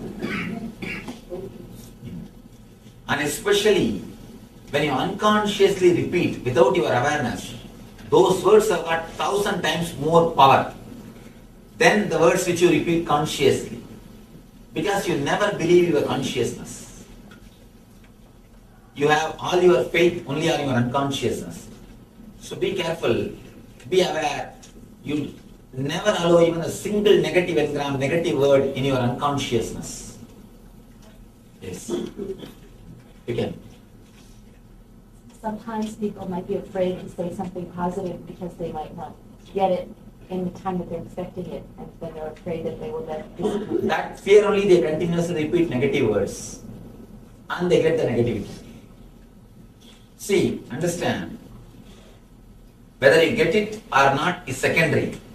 But by repeating the negativity, you are not going to, not only you are not going to get the positive thing, you are going to create more trouble for yourself. You understand? Negativity is not the substitute for not getting the positive thing. And one more thing, at least with positive engrams, you have a hope. May not. That hope is there. The hope itself will give you enough energy to move in the path, to pull your life. But with negativity, the hope itself is over. So there is no way moving. You are just stuck. That's what we call tamas, inertia. So it is better to be in rajas than in tamas. One thing I could not understand, Swamiji, your statement is mind is in the habit of repeating the same words at particular time. But in my life, I have not experienced it. For example, if you are addicted to coffee, exactly at the time of 7 o'clock, even if you don't see the clock, inside the bell will go coffee. Have you experienced this? Yeah, yes, yeah. This is what I call continuously the engrams are getting repeated inside your being. You may not have experienced the example which I gave, but naturally you will have this type of experience. This is what I call continuously your mind repeating the words. Swamiji, there is always a struggle to become a vegetarian.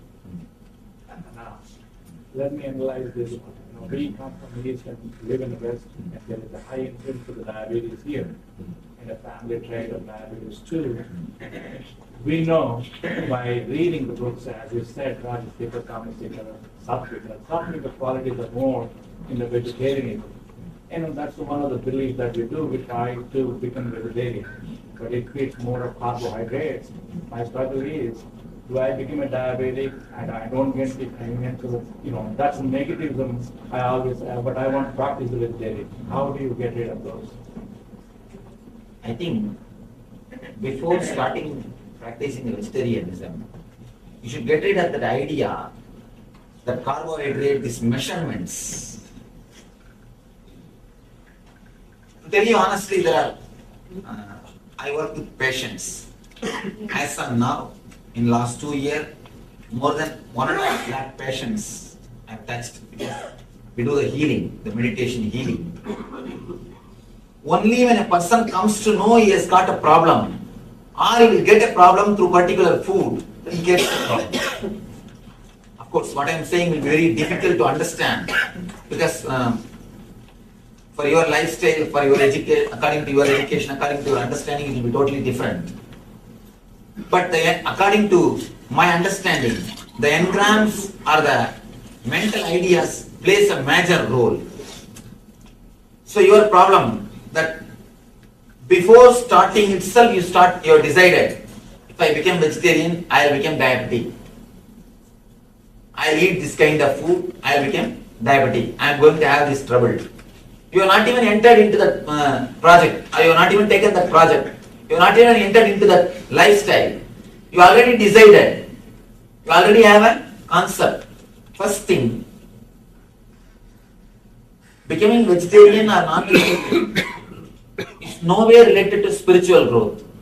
Please understand that. It is nowhere related to spiritual growth. There are many non-vegetarian people who become enlightened. So you don't have to force yourself to become a vegetarian. Next thing, that idea, the moment if I become vegetarian, I will naturally have only this type of food, I will become diabetic. All these things, I can say, surely, it's not reality. It is more like that's what I understand this one thing. Sometimes we listen all the arguments and pass judgment. Sometimes we create judgment, collect arguments just to support the judgment. Here, if you analyze a little deeply, somehow, through some belief, some faith, one thing, be very clear. Just like there are some superstitions in the religion part, there are enough of superstition in the science part also. There are enough of scientific superstitions. A lot of time, we don't even understand. We just start believing just because some researcher or some scientists have said that. We don't even look into the matter. We don't even see deeply. We just started believing. So maybe some scientific superstition has entered into your head. You have started believing, by the vegetarian food, I am going to become diabetic. Surely, you will not become diabetic by vegetarian food. Maybe a particular food which you are thinking. And one more thing, you don't have to take only the food which will make you diabetic. There are enough of different kinds of food which will not make you diabetic, which is vegetarian. So you can go for that type of options. It is just how much we are aware without allowing these things into our mind. First thing, you don't have to force yourself to be a vegetarian. Next thing, even if you decide, you don't have to have the prejudice that if I become vegetarian, I will become diabetic. I will ask you a direct question. Are you vegetarian, sir? Of course, I am pure vegetarian. And if you are pure vegetarian, why you are vegetarian? Why don't you eat the non-vegetarian? Just because I don't like. Just because I don't like. From my childhood, I am born and brought up with this lifestyle. That's the first thing. Next thing, it is not straight away related to the spiritual growth, but I have my own idea about ahimsa. See, ahimsa is my lifestyle, not for the sake of spiritual growth. Just I love it. Just I love it. And I don't want to put the vegetarian food as a basic condition for spiritual growth. If we put that as a basic condition for spiritual growth, more than half of the humanity we are editing, we are removing, or we are, eliminating half of the humanity from the spiritual life. That's the reason I don't want to put vegetarian food or vegetarianism as a basic condition for spirituality. But just as a lifestyle, I love it. I enjoy it. That's different. And in your mind also, I tell you honestly, I have seen few people, they take non-veg food only 15 minutes a day and they forget about it. There are other people who don't take non-veg food, but 24 hours they think about it. So it is better to have 15 minutes non-veg food than 24 hours having mentally non-veg food. And one more thing, the continuous idea. And there's some more problems. When you start doing all these practices, you become more egoistic. That's another one problem. A non-vegetarian person will be more near to God than a person who is egoistic about his vegetarian life. You create an ego that I am a vegetarian. I am holier than you. I am some way higher than you. See one thing. Any morality which happens out of overflowing or fulfillment will never give you ego. Anything which you force and do it will give you strong ego. I don't know whether it will give you spiritual growth or not, but it will give you a strong ego. That much I am sure. Any morality which is forced on you, or which you do it by force, by bending, by torturing, by suppressing, it will give you a very strong ego. Continuously you will be smelling about that morality. I have seen people suddenly, if they become rich, they will smell too much money. Too much money smell will be there, means too much of jewelry, too much of showing. That's what I call money smell. Too much of smell of money. Same way, if you force yourself and make yourself moral, or force some morality on you, you will be continuously smelling that morality. You will start torturing your friends and neighbors or your relatives, continuously speaking about it and forcing them to follow it, or at least forcing them to respect you for that, that you are some way great. So I tell you, never force yourself into any morality. Let things happen as an understanding. If it happens as an understanding, it's alright. If it is not happening through understanding, even if it happens by force, it will not be permanent. So don't bother about it.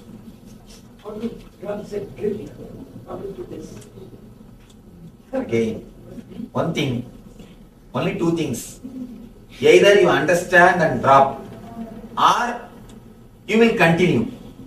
Even if you force yourself and drop, you will drop 11 times a year. I have seen one person came and told me, Swami, in last 1 year, 11 times I have stopped smoking. Means what? You will be doing the same thing. 11 times you will stop drinking. 11 times you will stop smoking. Any morality should happen only out of understanding.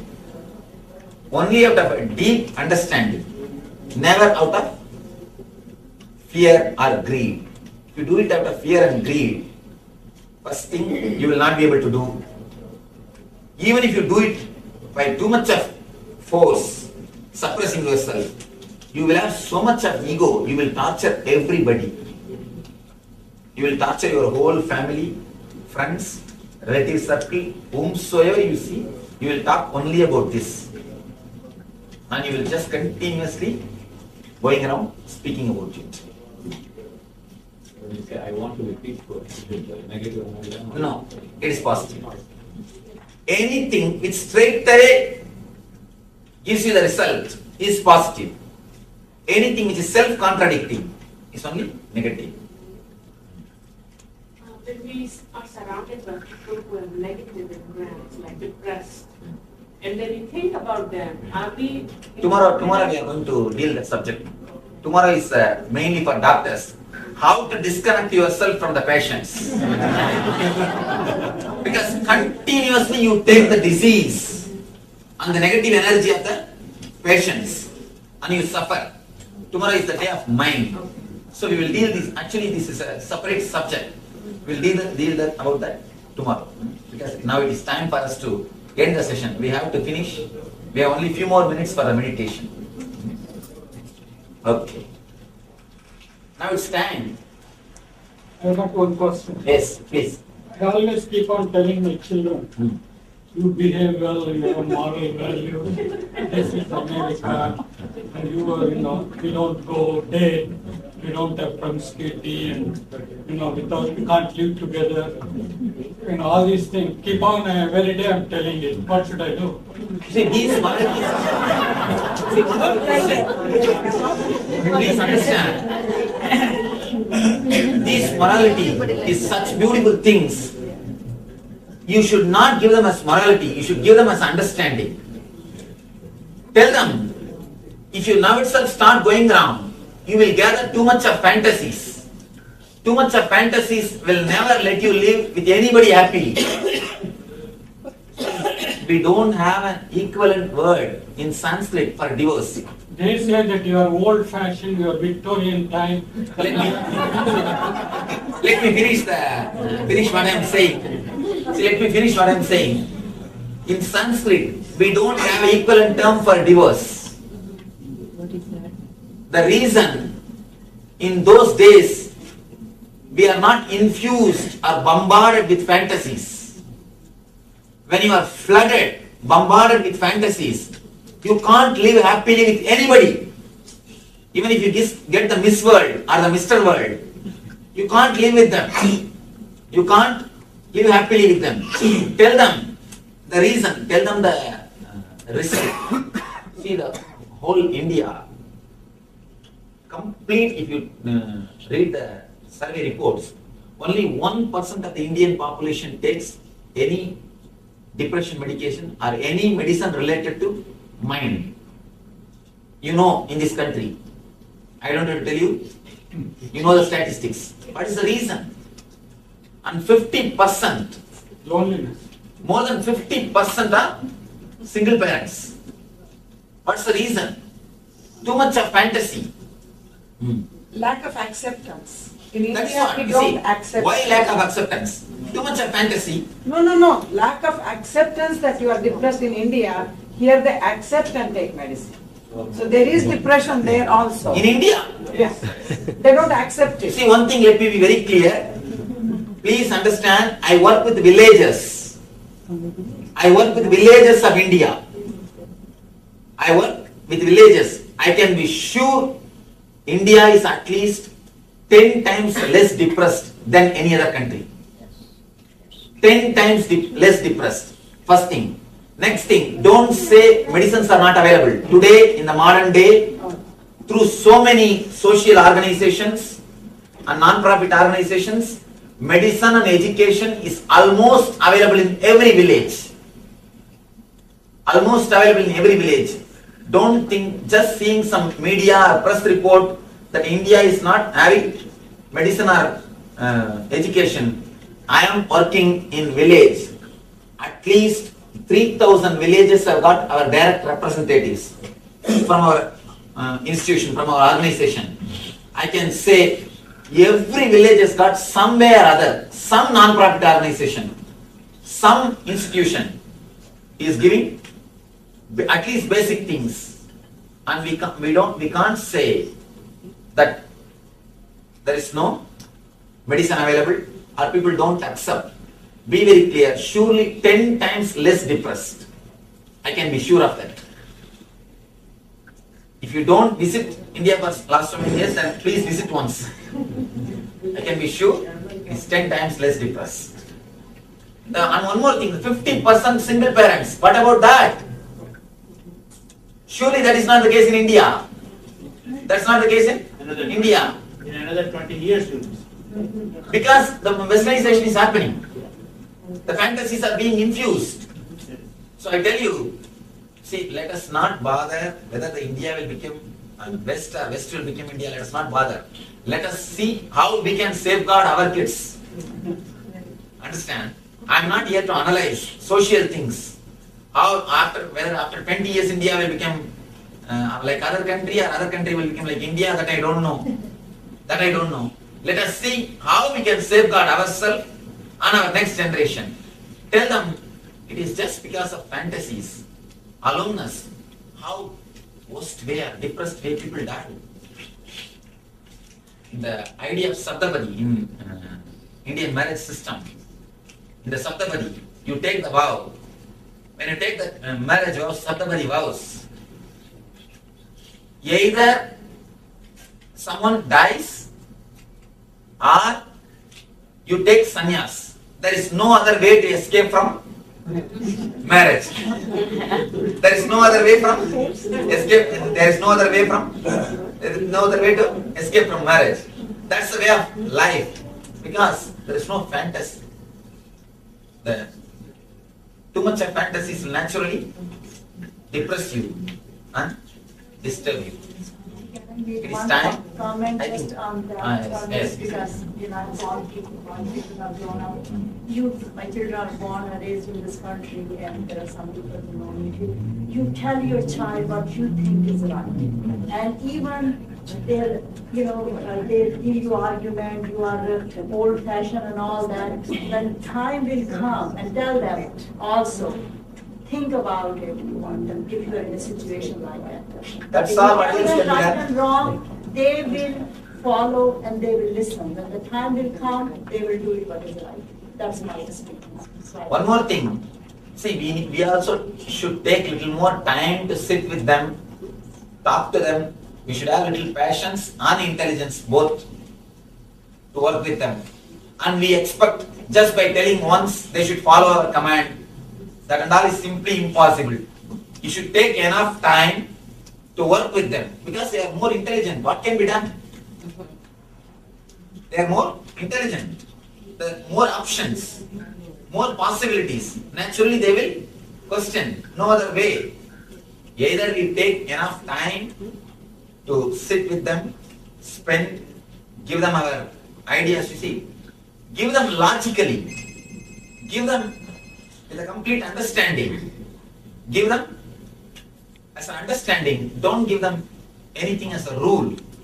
When you give us a rule, no other way, they will naturally break. You see, understand, it's a very simple meditation technique based on the visualization capacity. You need to use your visualization capacity completely. It's almost like a japa. Yesterday I was speaking about japa. Japa means the repetition of some sound or word with visualization. Here, we are going to do a simple visualization technique to throw the self-contradicting or negative engrams from your being.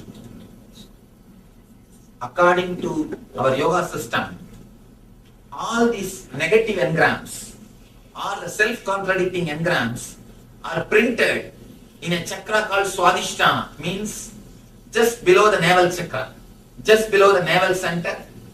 That's the area where we have our chitta, our memory. That is the space, that's the area in which we have recorded our self-contradicting engrams, from which our inner chanting starts. Now we will be creating a mantra to cleanse that energy center. Just to cleanse that energy center, so that we will have more awareness when you think. Actually, when you think, if you have more awareness, you will never create self-contradicting engram. You are creating self-contradicting engram or negative engram when you think only because you don't have enough awareness. If you can create little gap between you and your thinking, you will never create negative words. You are in too hurry, too much of speed. That's the reason. Continuously you think and you don't even know what you are thinking. It's like you eat, you don't even know what you are eating. Same way, we are continuously thinking without even knowing what we are thinking. Now let us do this simple technique just for 5 minutes. In the home, if you are trying to do it for 20 minutes. Now we will do only for 5 minutes, because we are going to work only on this 10 engram which you have written, which you wrote in your paper. In home, if you are working, Write down, at least take 1 hour, write down all the engrams, whatever you can remember, and then do this technique for at least 20 minutes. Let me describe the technique. Let me completely give the instruction, then you can do it. 3 instructions. First, we will close our eyes and concentrate in the Swadhisthana area, means just below the navel. We'll concentrate. Next, second instruction, we'll create the sound of Humkara, H-O-O.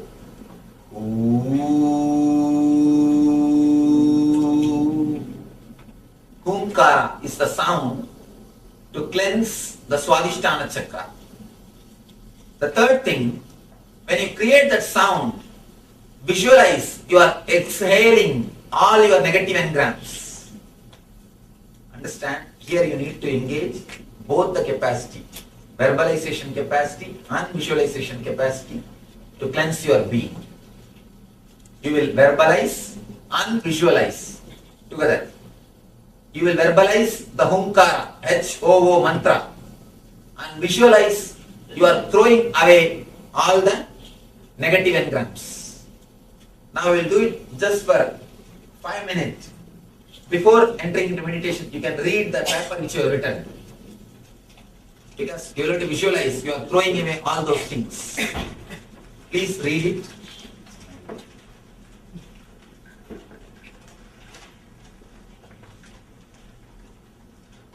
If you finish reading, please sit with your closed eyes. Sit straight.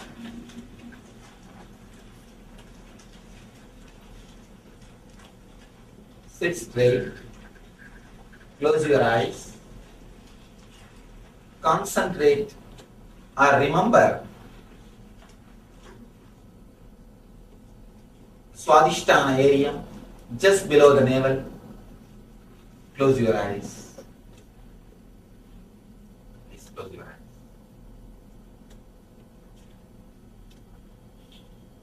Just remember the Swadhisthana area.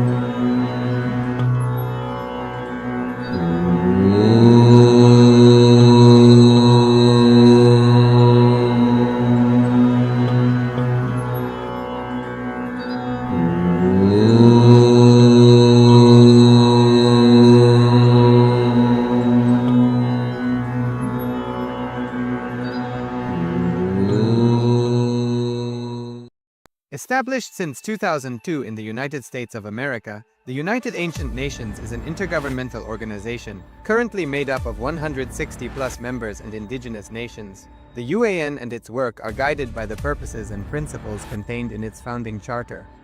The UAN is a manifestation of the profound connection amongst indigenous peoples across the world, including African, Andean, American, European, Caribbean, Oceanic, and Asian regions, rooted in shared wisdom, sustainable practices, and deep reverence for the earth. The United Ancient Nations serves as an international cultural and diplomatic organization focused on uniting indigenous cultures globally. Our governance structure is council-based without territorial claims, led by a collective leadership through our General Secretariat. As a non-state entity with UN-style advocacy, we focus on several key areas: cultural and digital heritage preservation, indigenous diplomacy, revival of indigenous knowledge systems to solve humanity's problems, global peace, environmental preservation, health and wellness, sustained economic development, indigenous and cultural tourism. While the UAN represents numerous indigenous cultures, the United States of KAILASA serves as the first indigenous nation specifically for Hindus. KAILASA's mission is focused on the revival of the ancient enlightened Sanatana Hindu civilization with a formal governance structure including a head of state, ministers, and ambassadors.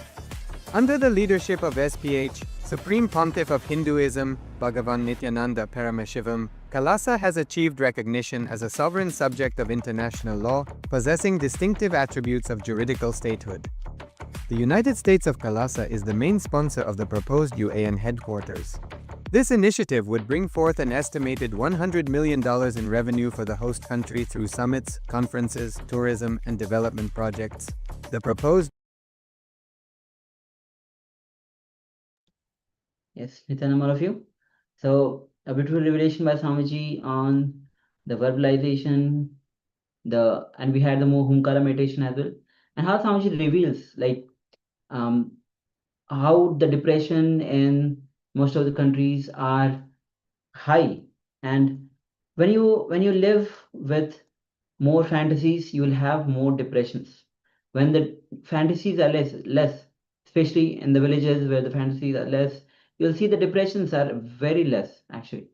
Even the single parents suffering happens mostly in the developed countries.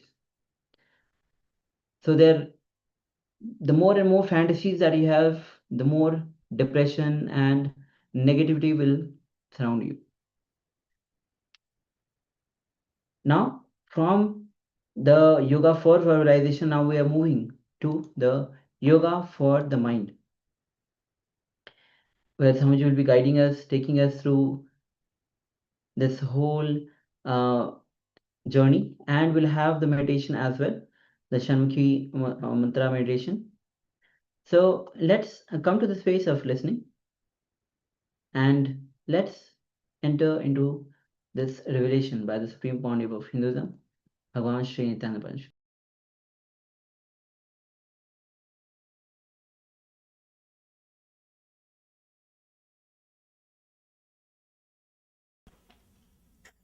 We'll start with a small story.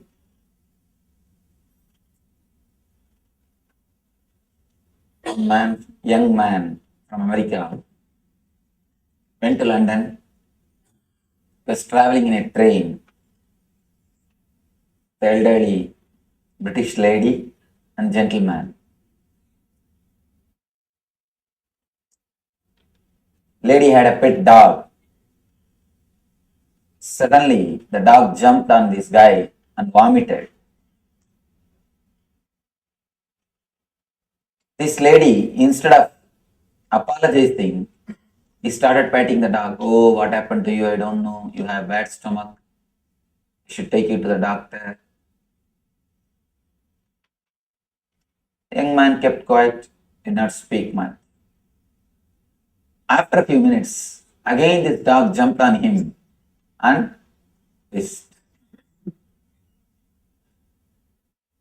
Again this lady, instead of apologizing, she started saying, oh, I should take you to the doctor immediately. I don't know what happened to you today. After a few minutes, again the dog jumped on him. Now you know what you would have done.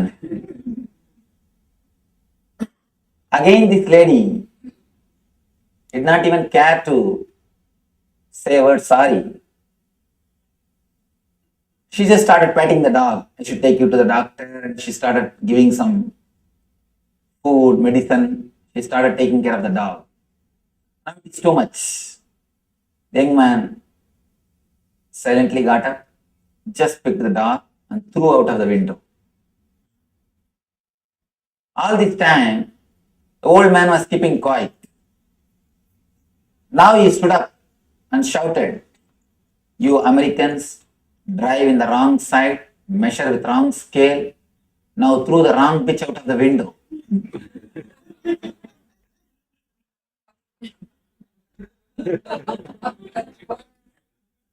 Whenever you throw, you always throw only wrong bitch out of the window. All our choice, all our decisions always end in dilemma. This dilemma is what I call mind. Dilemma is the straight, direct explanation or definition for mind. There are so many definitions for mind. But from my experience, I can say this is the right word, dilemma. Continuously moving from this extreme to that extreme. Continuously seeing the other side. Continuously thinking, I should have done that, I should have done this, I should have taken that type of decision, I should have taken this type of decision. Continuously not accepting the present moment is what is the root of the mind. When you close your eyes, whatever happens in your space, whatever you think and whatever you can think, whatever you visualize, whatever you can visualize, whatever you experience, whatever you can experience, everything, the whole is what I call mind. The root of the mind is dilemma. If you can just accept this moment, the whole reality, the existence as it is, simply you will go beyond mind. You will go beyond mind. You will experience the state which we call enlightenment or superconsciousness. Mind, the root of the mind is dilemma. Because you are continuously in dilemma, all your choices, I tell you, when I say all, I mean all. Capital letter ALL. All our choices end in suffering. Bliss is choicelessness. When you are choiceless, when you are just accepting the flow, when you just accept the nature, you are in bliss. Actually, bliss is nothing but accepting the reality as it is. But we always say, I accept everything, Swamiji. Everything is beautiful. Just this one thing. It is around the corner. Let me correct this one thing. Tomorrow I will be happy. When we are in India, we think if we just get visa, it will be really great. Once we get the visa, if we can have a house in the States, it will be really great. Then green card. Then citizenship. Then car. One by one, by the time you have a family, already you have mortgaged your life. Already the life is mortgaged. We just postpone. Just after this, I will be happy. Postponing the bliss, postponing the ecstasy, postponing the joy, which is continuously happening in you, which is your nature, is the root of the mind. understand, in bliss you can't have mind. Because bliss happens to you when you are choiceless. In the choicelessness, bliss starts happening. Whenever you choose, you always choose misery. Any choice is nothing but misery. People ask me, Swamiji, should I continue my spiritual life or my material life? For which I should give more importance? It's a very big question. $1 million question. Every so-called spiritual seeker asks this question. Please understand, only so-called spiritual seeker, never the real seeker. Just like professional lawyers, professional doctors, there is a group of people who think themselves as a professional seekers. Their only job is continuously reading some book and window shopping from master to master, from group to group, and gathering here and there something, thinking that they are great seekers. I have seen thousands of these so-called great seekers. They always come up with one question. Should I put more energy, more time on my material life or in my spiritual life? I tell you, the moment you choose, you have started suffering. The moment you choose, you have started suffering. Whether you choose spiritual life or material life. If you choose the material life, you will always feel, oh, I am missing the spiritual life. You will be visualizing what you are missing. If you choose the spiritual life, you will always miss the material life. I tell you, there is no need to choose. Material life is horizontal line. Spiritual life is vertical line. We always have a dilemma, which one to choose. If you look little deeply into your being, of course, looking little deeply into your being is what I call meditation. If you meditate little bit, you will understand, experience. You don't have to choose horizontal line or vertical line. You have the capacity to grow in both directions at a time. That is what I call quantum spirituality. You can explode in the horizontal direction and in the vertical direction at a time, in same space. Real spirituality or real meditation is living in this moment. When you start living in this moment, naturally you will explode. You will just express yourself in your so-called material life and spiritual life. Life is only one thing. Whether you live with awareness or without awareness, that is the only choice you have. You don't have any other choice called spiritual life or material life. Don't think just because somebody has become a spiritual person, he eats something from the other world. He eats the same material which you are eating. He sleeps in the same bed in which you are sleeping. He uses the same way as you use the bathroom. Everything is same. Of course, the problem is, in our ancient scriptures, we have not recorded whether Krishna used the bathroom or not. That is the problem. We always have an idea about spiritual figure. We have a particular kind of a frame. Any spiritual figure, we put them into that frame, into that idea, and we distance ourselves from them. We distance ourselves from them. There is no need to choose. The moment you choose only suffering. All choices are nothing but suffering. When you start living intensely, you start a new way of life, all inclusive, which I call whole. When you are whole, you are holy.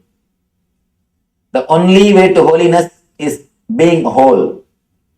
The moment you start choosing, you are given power to your mind. Fear, greed, and worry. All these three starts in choosing. Your greed makes you choose. Your fear makes you, some way you wanted to escape from something. Of course, naturally these two ends in worrying, confusion, dilemma. Whether you choose based on fear or greed, we end in dilemma, worry. These two are the root for choosing. Don't choose anything mentally. People ask me, Swamiji, if you say don't choose, then how to go about in the day-to-day life? Should I drop spirituality or should I drop my profession? Should I meditate or should I go for a job? I tell them, never choose mentally before you start living. Just start living intensely as you feel, as your heart guides. You will see simply your profession will become meditation. What has to drop will drop automatically. Whatever has to drop will drop automatically. You don't have to choose, that will choose you. You don't have to choose, just your whole being will start choosing. The moment you choose with your logical calculation, with your intellect, you are in trouble. Not choosing, accepting the flow, going along with the flow is what I call intelligence. The moment you accept, something happens to you, that is what I call intuition. The normal level, very basic level, you are in the level of instinct. The moment you get the little bit energy to choose intellectually, you come to the level of intellect, man. If you drop choosing, accept the flow, something happens to you, intelligence, you become divine person. When you stay in this level, in that same energy, something more happens to you, which I call intuition. You become divine. Step by step, from instinct to intellect, from intellect to intelligence, from intelligence to intuition. Usually, almost we are all stuck, 90% of us are stuck in intellect level. Of course, we are not in instinct level, we are in intellect level. Continuously fighting with yourself, continuously creating conflicts. That is the reason we need so much of entertainment. Why do you think continuously we need partying, drinking, TV, movie, everything? When I was first brought to this country, when I came first to this country, they showed me all this Universal Studio and Disneyland and whatnot, all those entertainment things. The devotee who took me around thought I'll feel very happy after seeing everything. But somehow I felt very sad. And I came out, they asked me, why Swamiji you are feeling so sad and you are silent? You didn't enjoy all these things. I said, if so much of entertainment is needed, means this country must be joyless. You need so much of entertainment, so many nightclubs, just because we are joyless.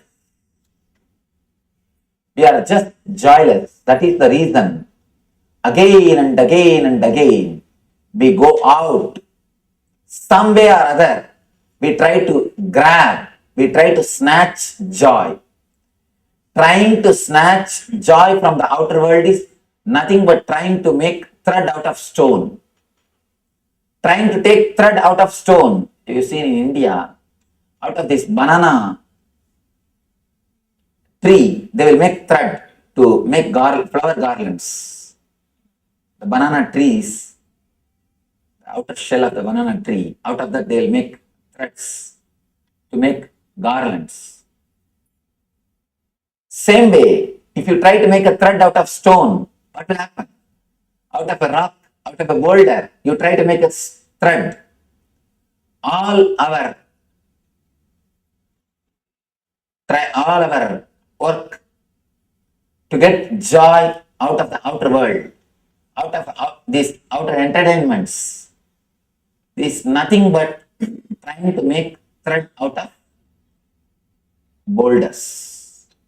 Of course, you can escape from yourself. These are all just techniques to escape from yourself. But you can never think that you are joyful or blissful by these things. Unless a person is totally comfortable with himself, unless a person is totally eased with himself, unless somebody is totally relaxed with himself, I don't think he can find joy in anything from the outer world. How much you try, all you can try is you can just escape. That's what. Until around the age of 40 to 45, you come upon a new phase in your life, which I call depression of success. You got what you want, but you have not got what for you want. Achieving what you want and not achieving what for you want. At that moment, you face a phase called depression of success. That is the time we take major decisions in our life. People try to change cars, houses, wives. You continuously try to change. That is the age you decide or you think of changing cars, houses, spouse. You try to change everything.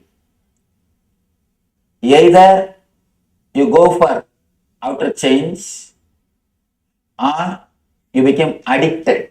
Means you try to escape from yourself. Escaping from yourself can happen in many ways. Not only through alcohol or drugs. It can happen through TV.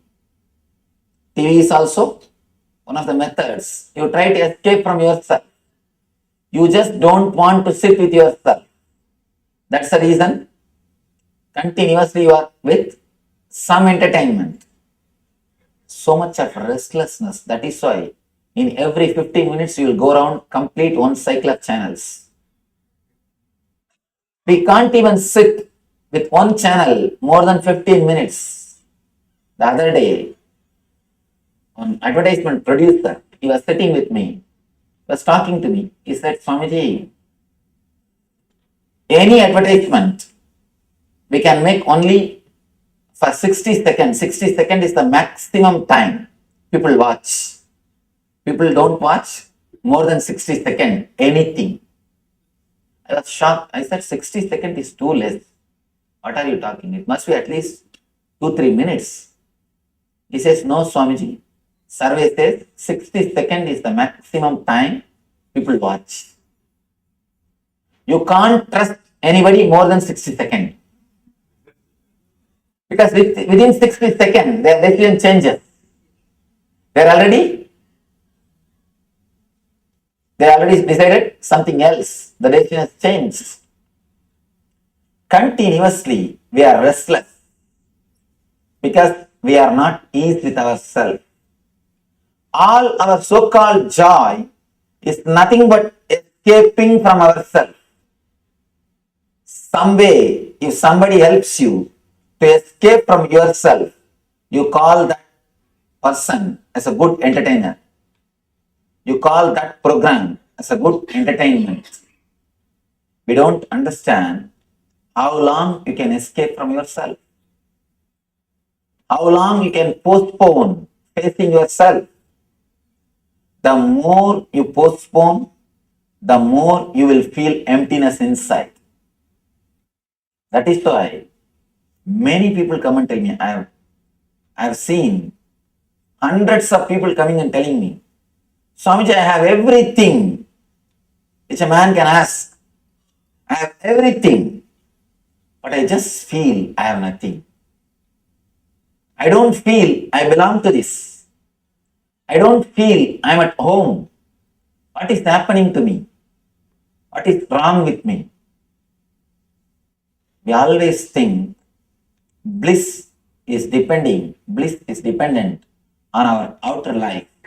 That is why we try to make our outer life perfect. We miss an important thing. It is not based on the quantity, it is based on the quality. It is based on your inner quality. How much you can sit with yourself. How much you are comfortable with yourself.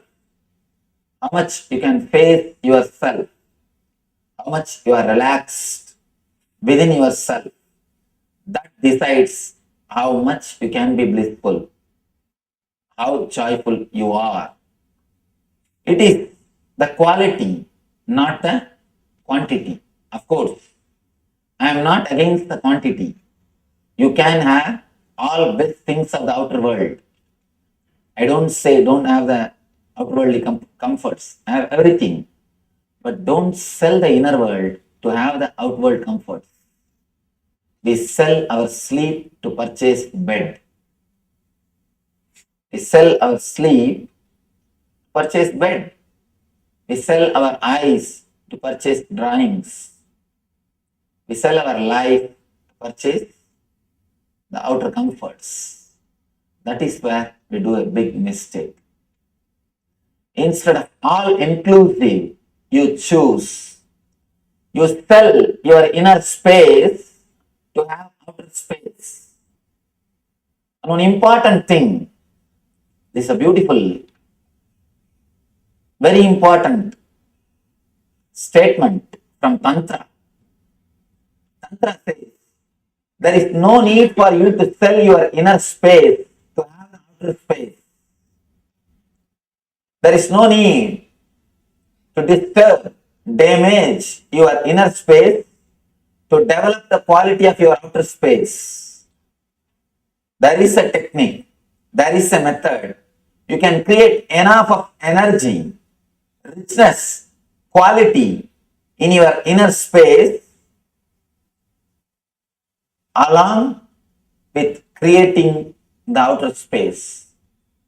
The technique to create the quality in your inner space, maintain the quality of your inner space is what I call meditation. If you can spend at least 20 to 30 minutes in your life to enrich your inner space, to maintain the quality of your inner space, continuously you will be radiating bliss. And I tell you, you can surely excel in your profession. When you radiate bliss, you understand what for you are here, what you need, what you want, and what is your space, what is your role in this universe. Unless you experience deep easiness with yourself, you will not even know what for you are running. Most of us, by the time we ask the question, what for I am running, we already finished our life. We already finished our life. We have finished our race. After finishing, we ask, what for? I ran. What I am doing? That's a beautiful statement. The worst thing in the rat race is, even if you win, you are a rat. Even if you win, you are a rat. I don't think anybody wants to be a rat just for the sake of winning. If you choose to be a rat just for the sake of winning, it is up to you. It's actually our decision. Next thing, somebody was asking me yesterday how to clear the negativity. This is a very important thing. Today I wanted to address about this. especially for doctors. Continuously, you swallow negativities of the patients. Continuously, you are hearing about the problems. You are hearing about diseases. You are meditating on negative things. Please be very clear. For others, people who are in the other professions, for them, meditation is a luxury. If they want, they can have, otherwise, there is no need. For doctors, it is a basic necessity. If you don't meditate, be very clear, we are going naturally towards depression. Because every day we are meditating on negative things.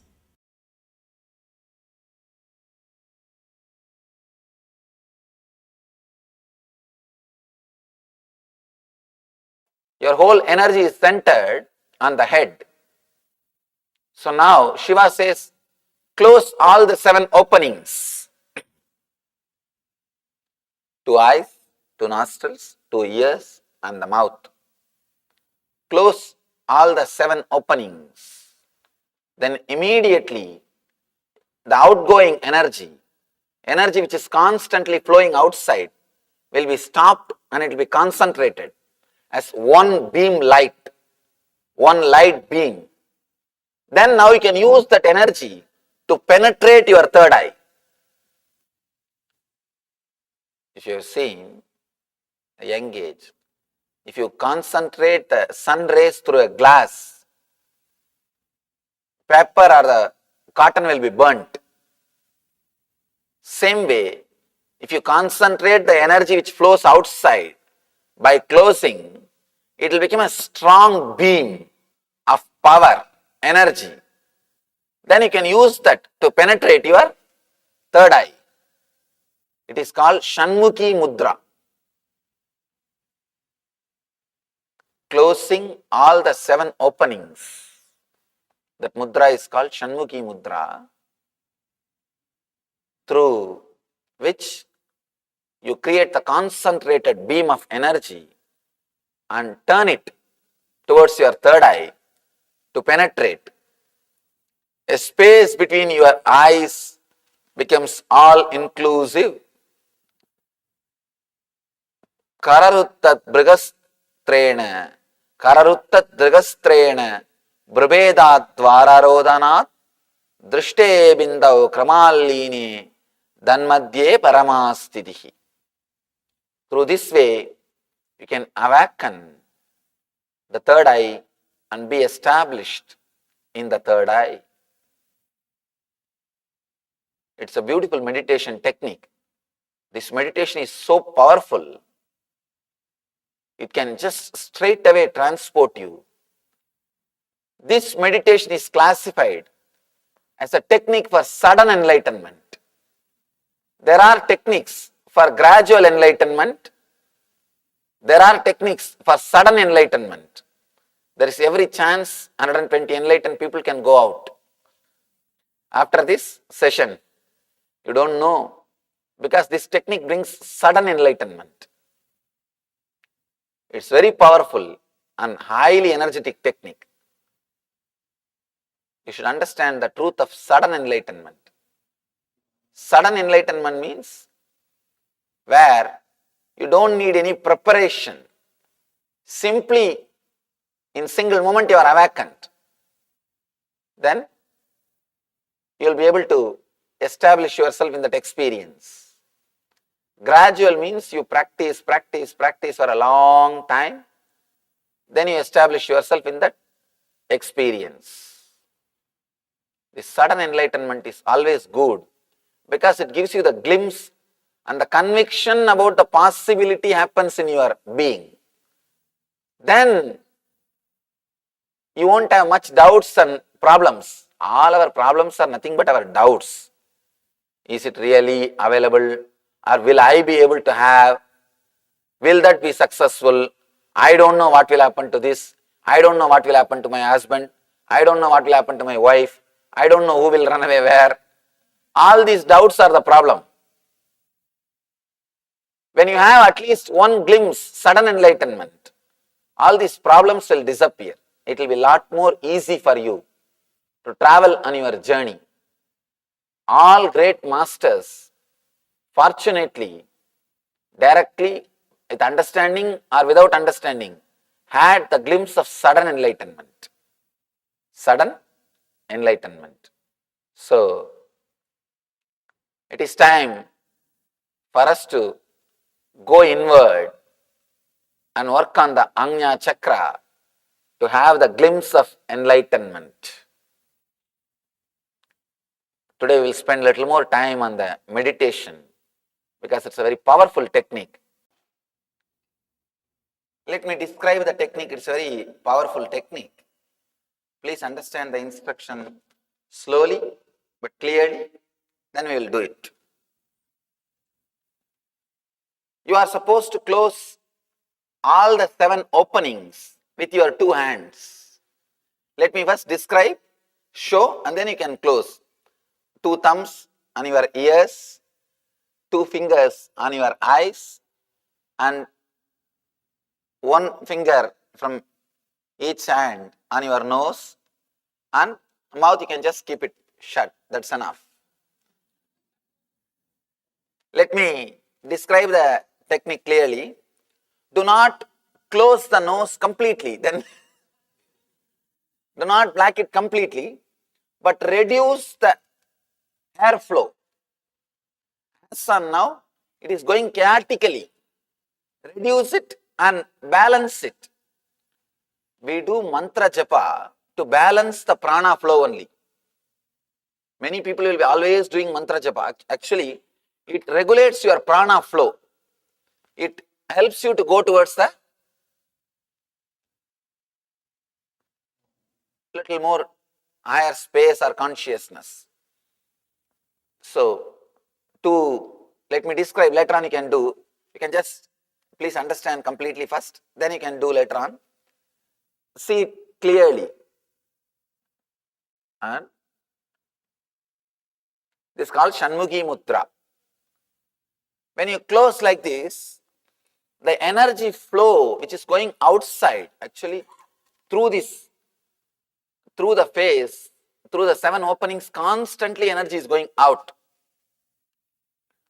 Your hands are very powerful. These energy centers are so powerful, it can stop the energy flow going outside and turn it towards inside. Turn it towards inside. We are doing 2 things.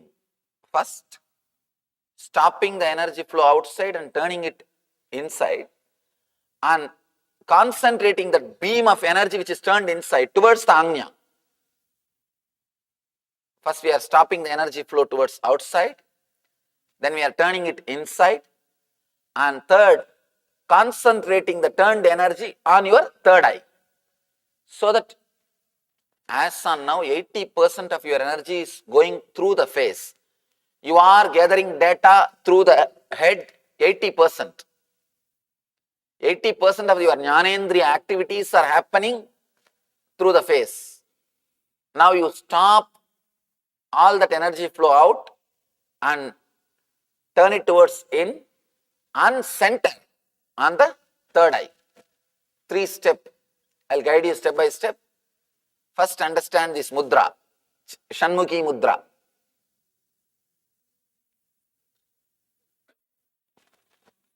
And first you have to close your ears properly.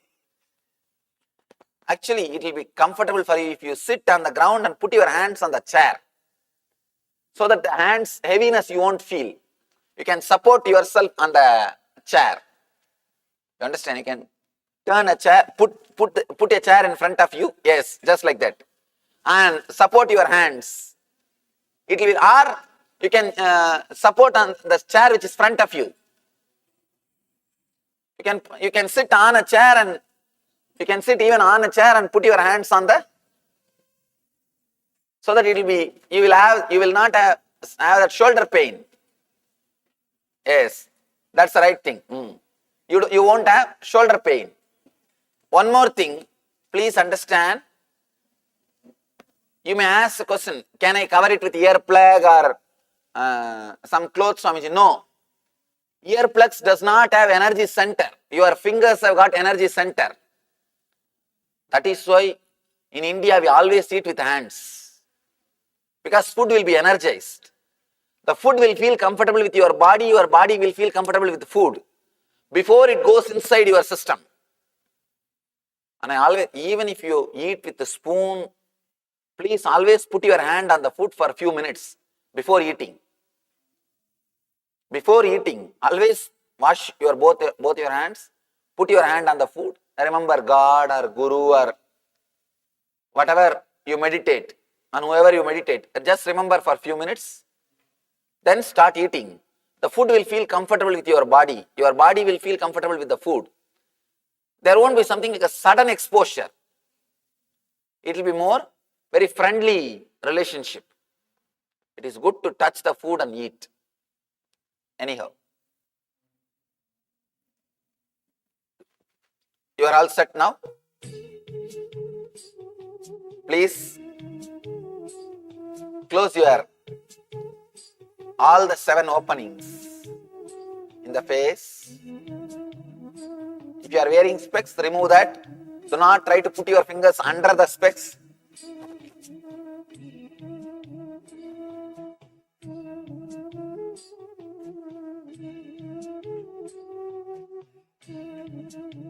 Do not close the nose completely. Just reduce the prana flow. When your mind settles down itself, the prana flow will reduce.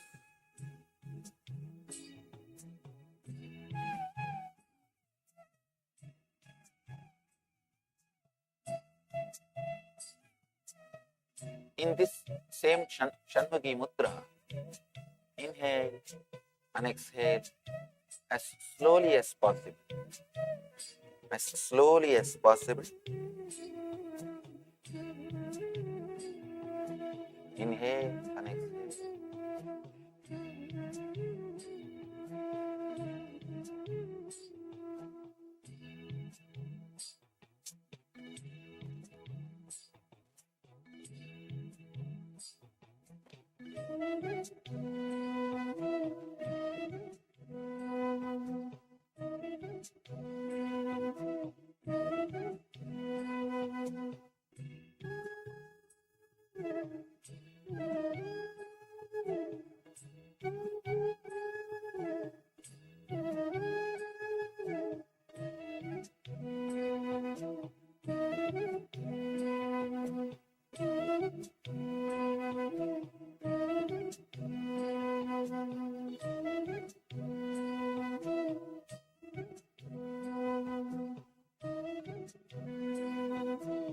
Just inhale and exhale.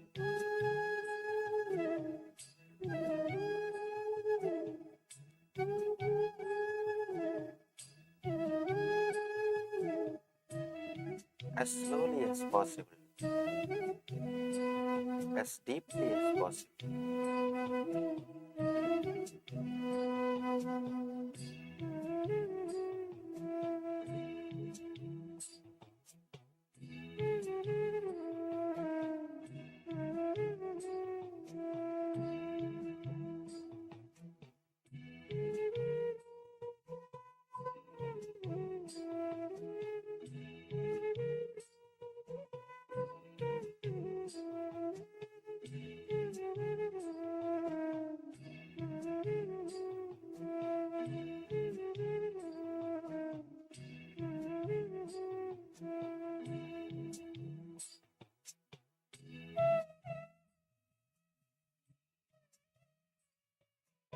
Let your mouth be tight.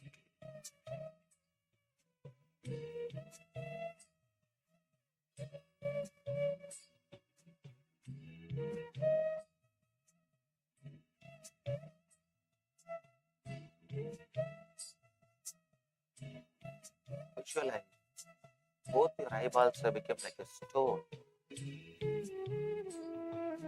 Let them not move. Let them become just like a stone.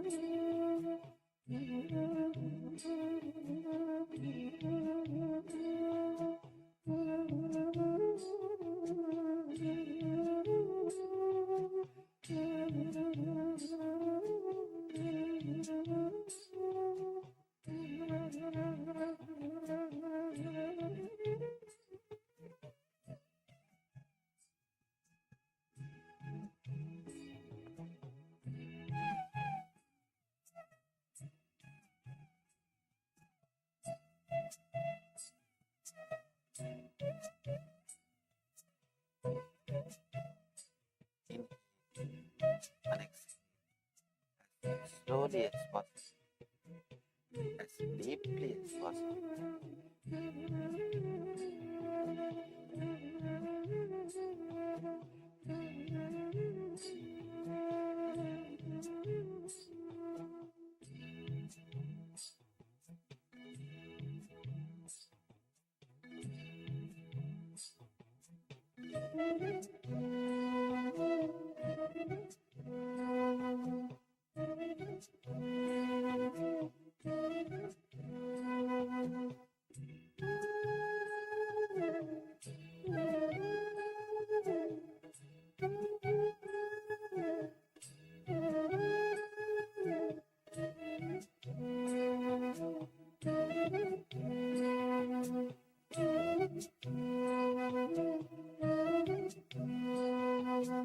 Slowly, very slowly, put your attention on the third eye. Do not concentrate, do not tense yourself. Just put your attention on the third eye, Amya Chakra.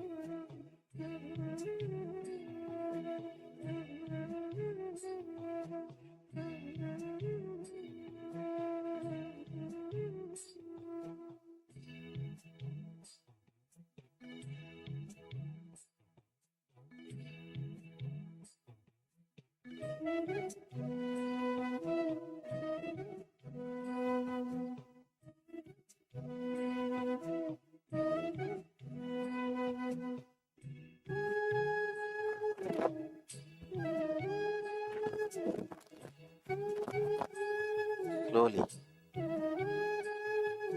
intensely, start concentrating on your third eye.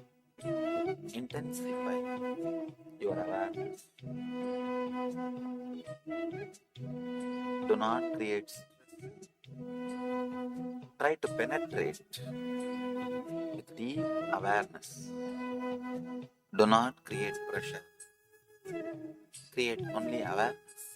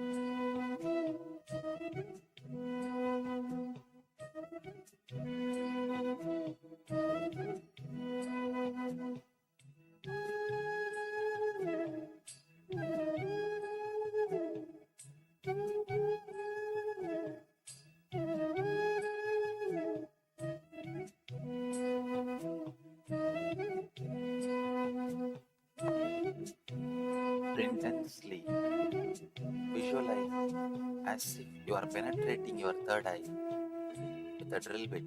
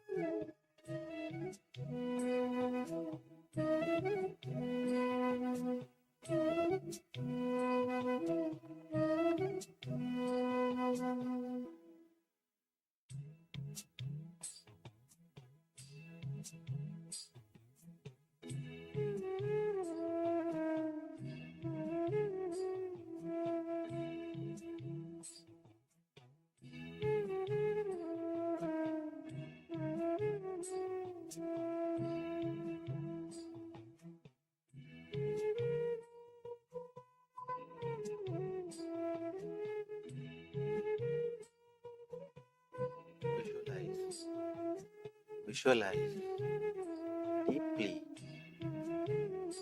as if you are penetrating your third eye with a drill bit.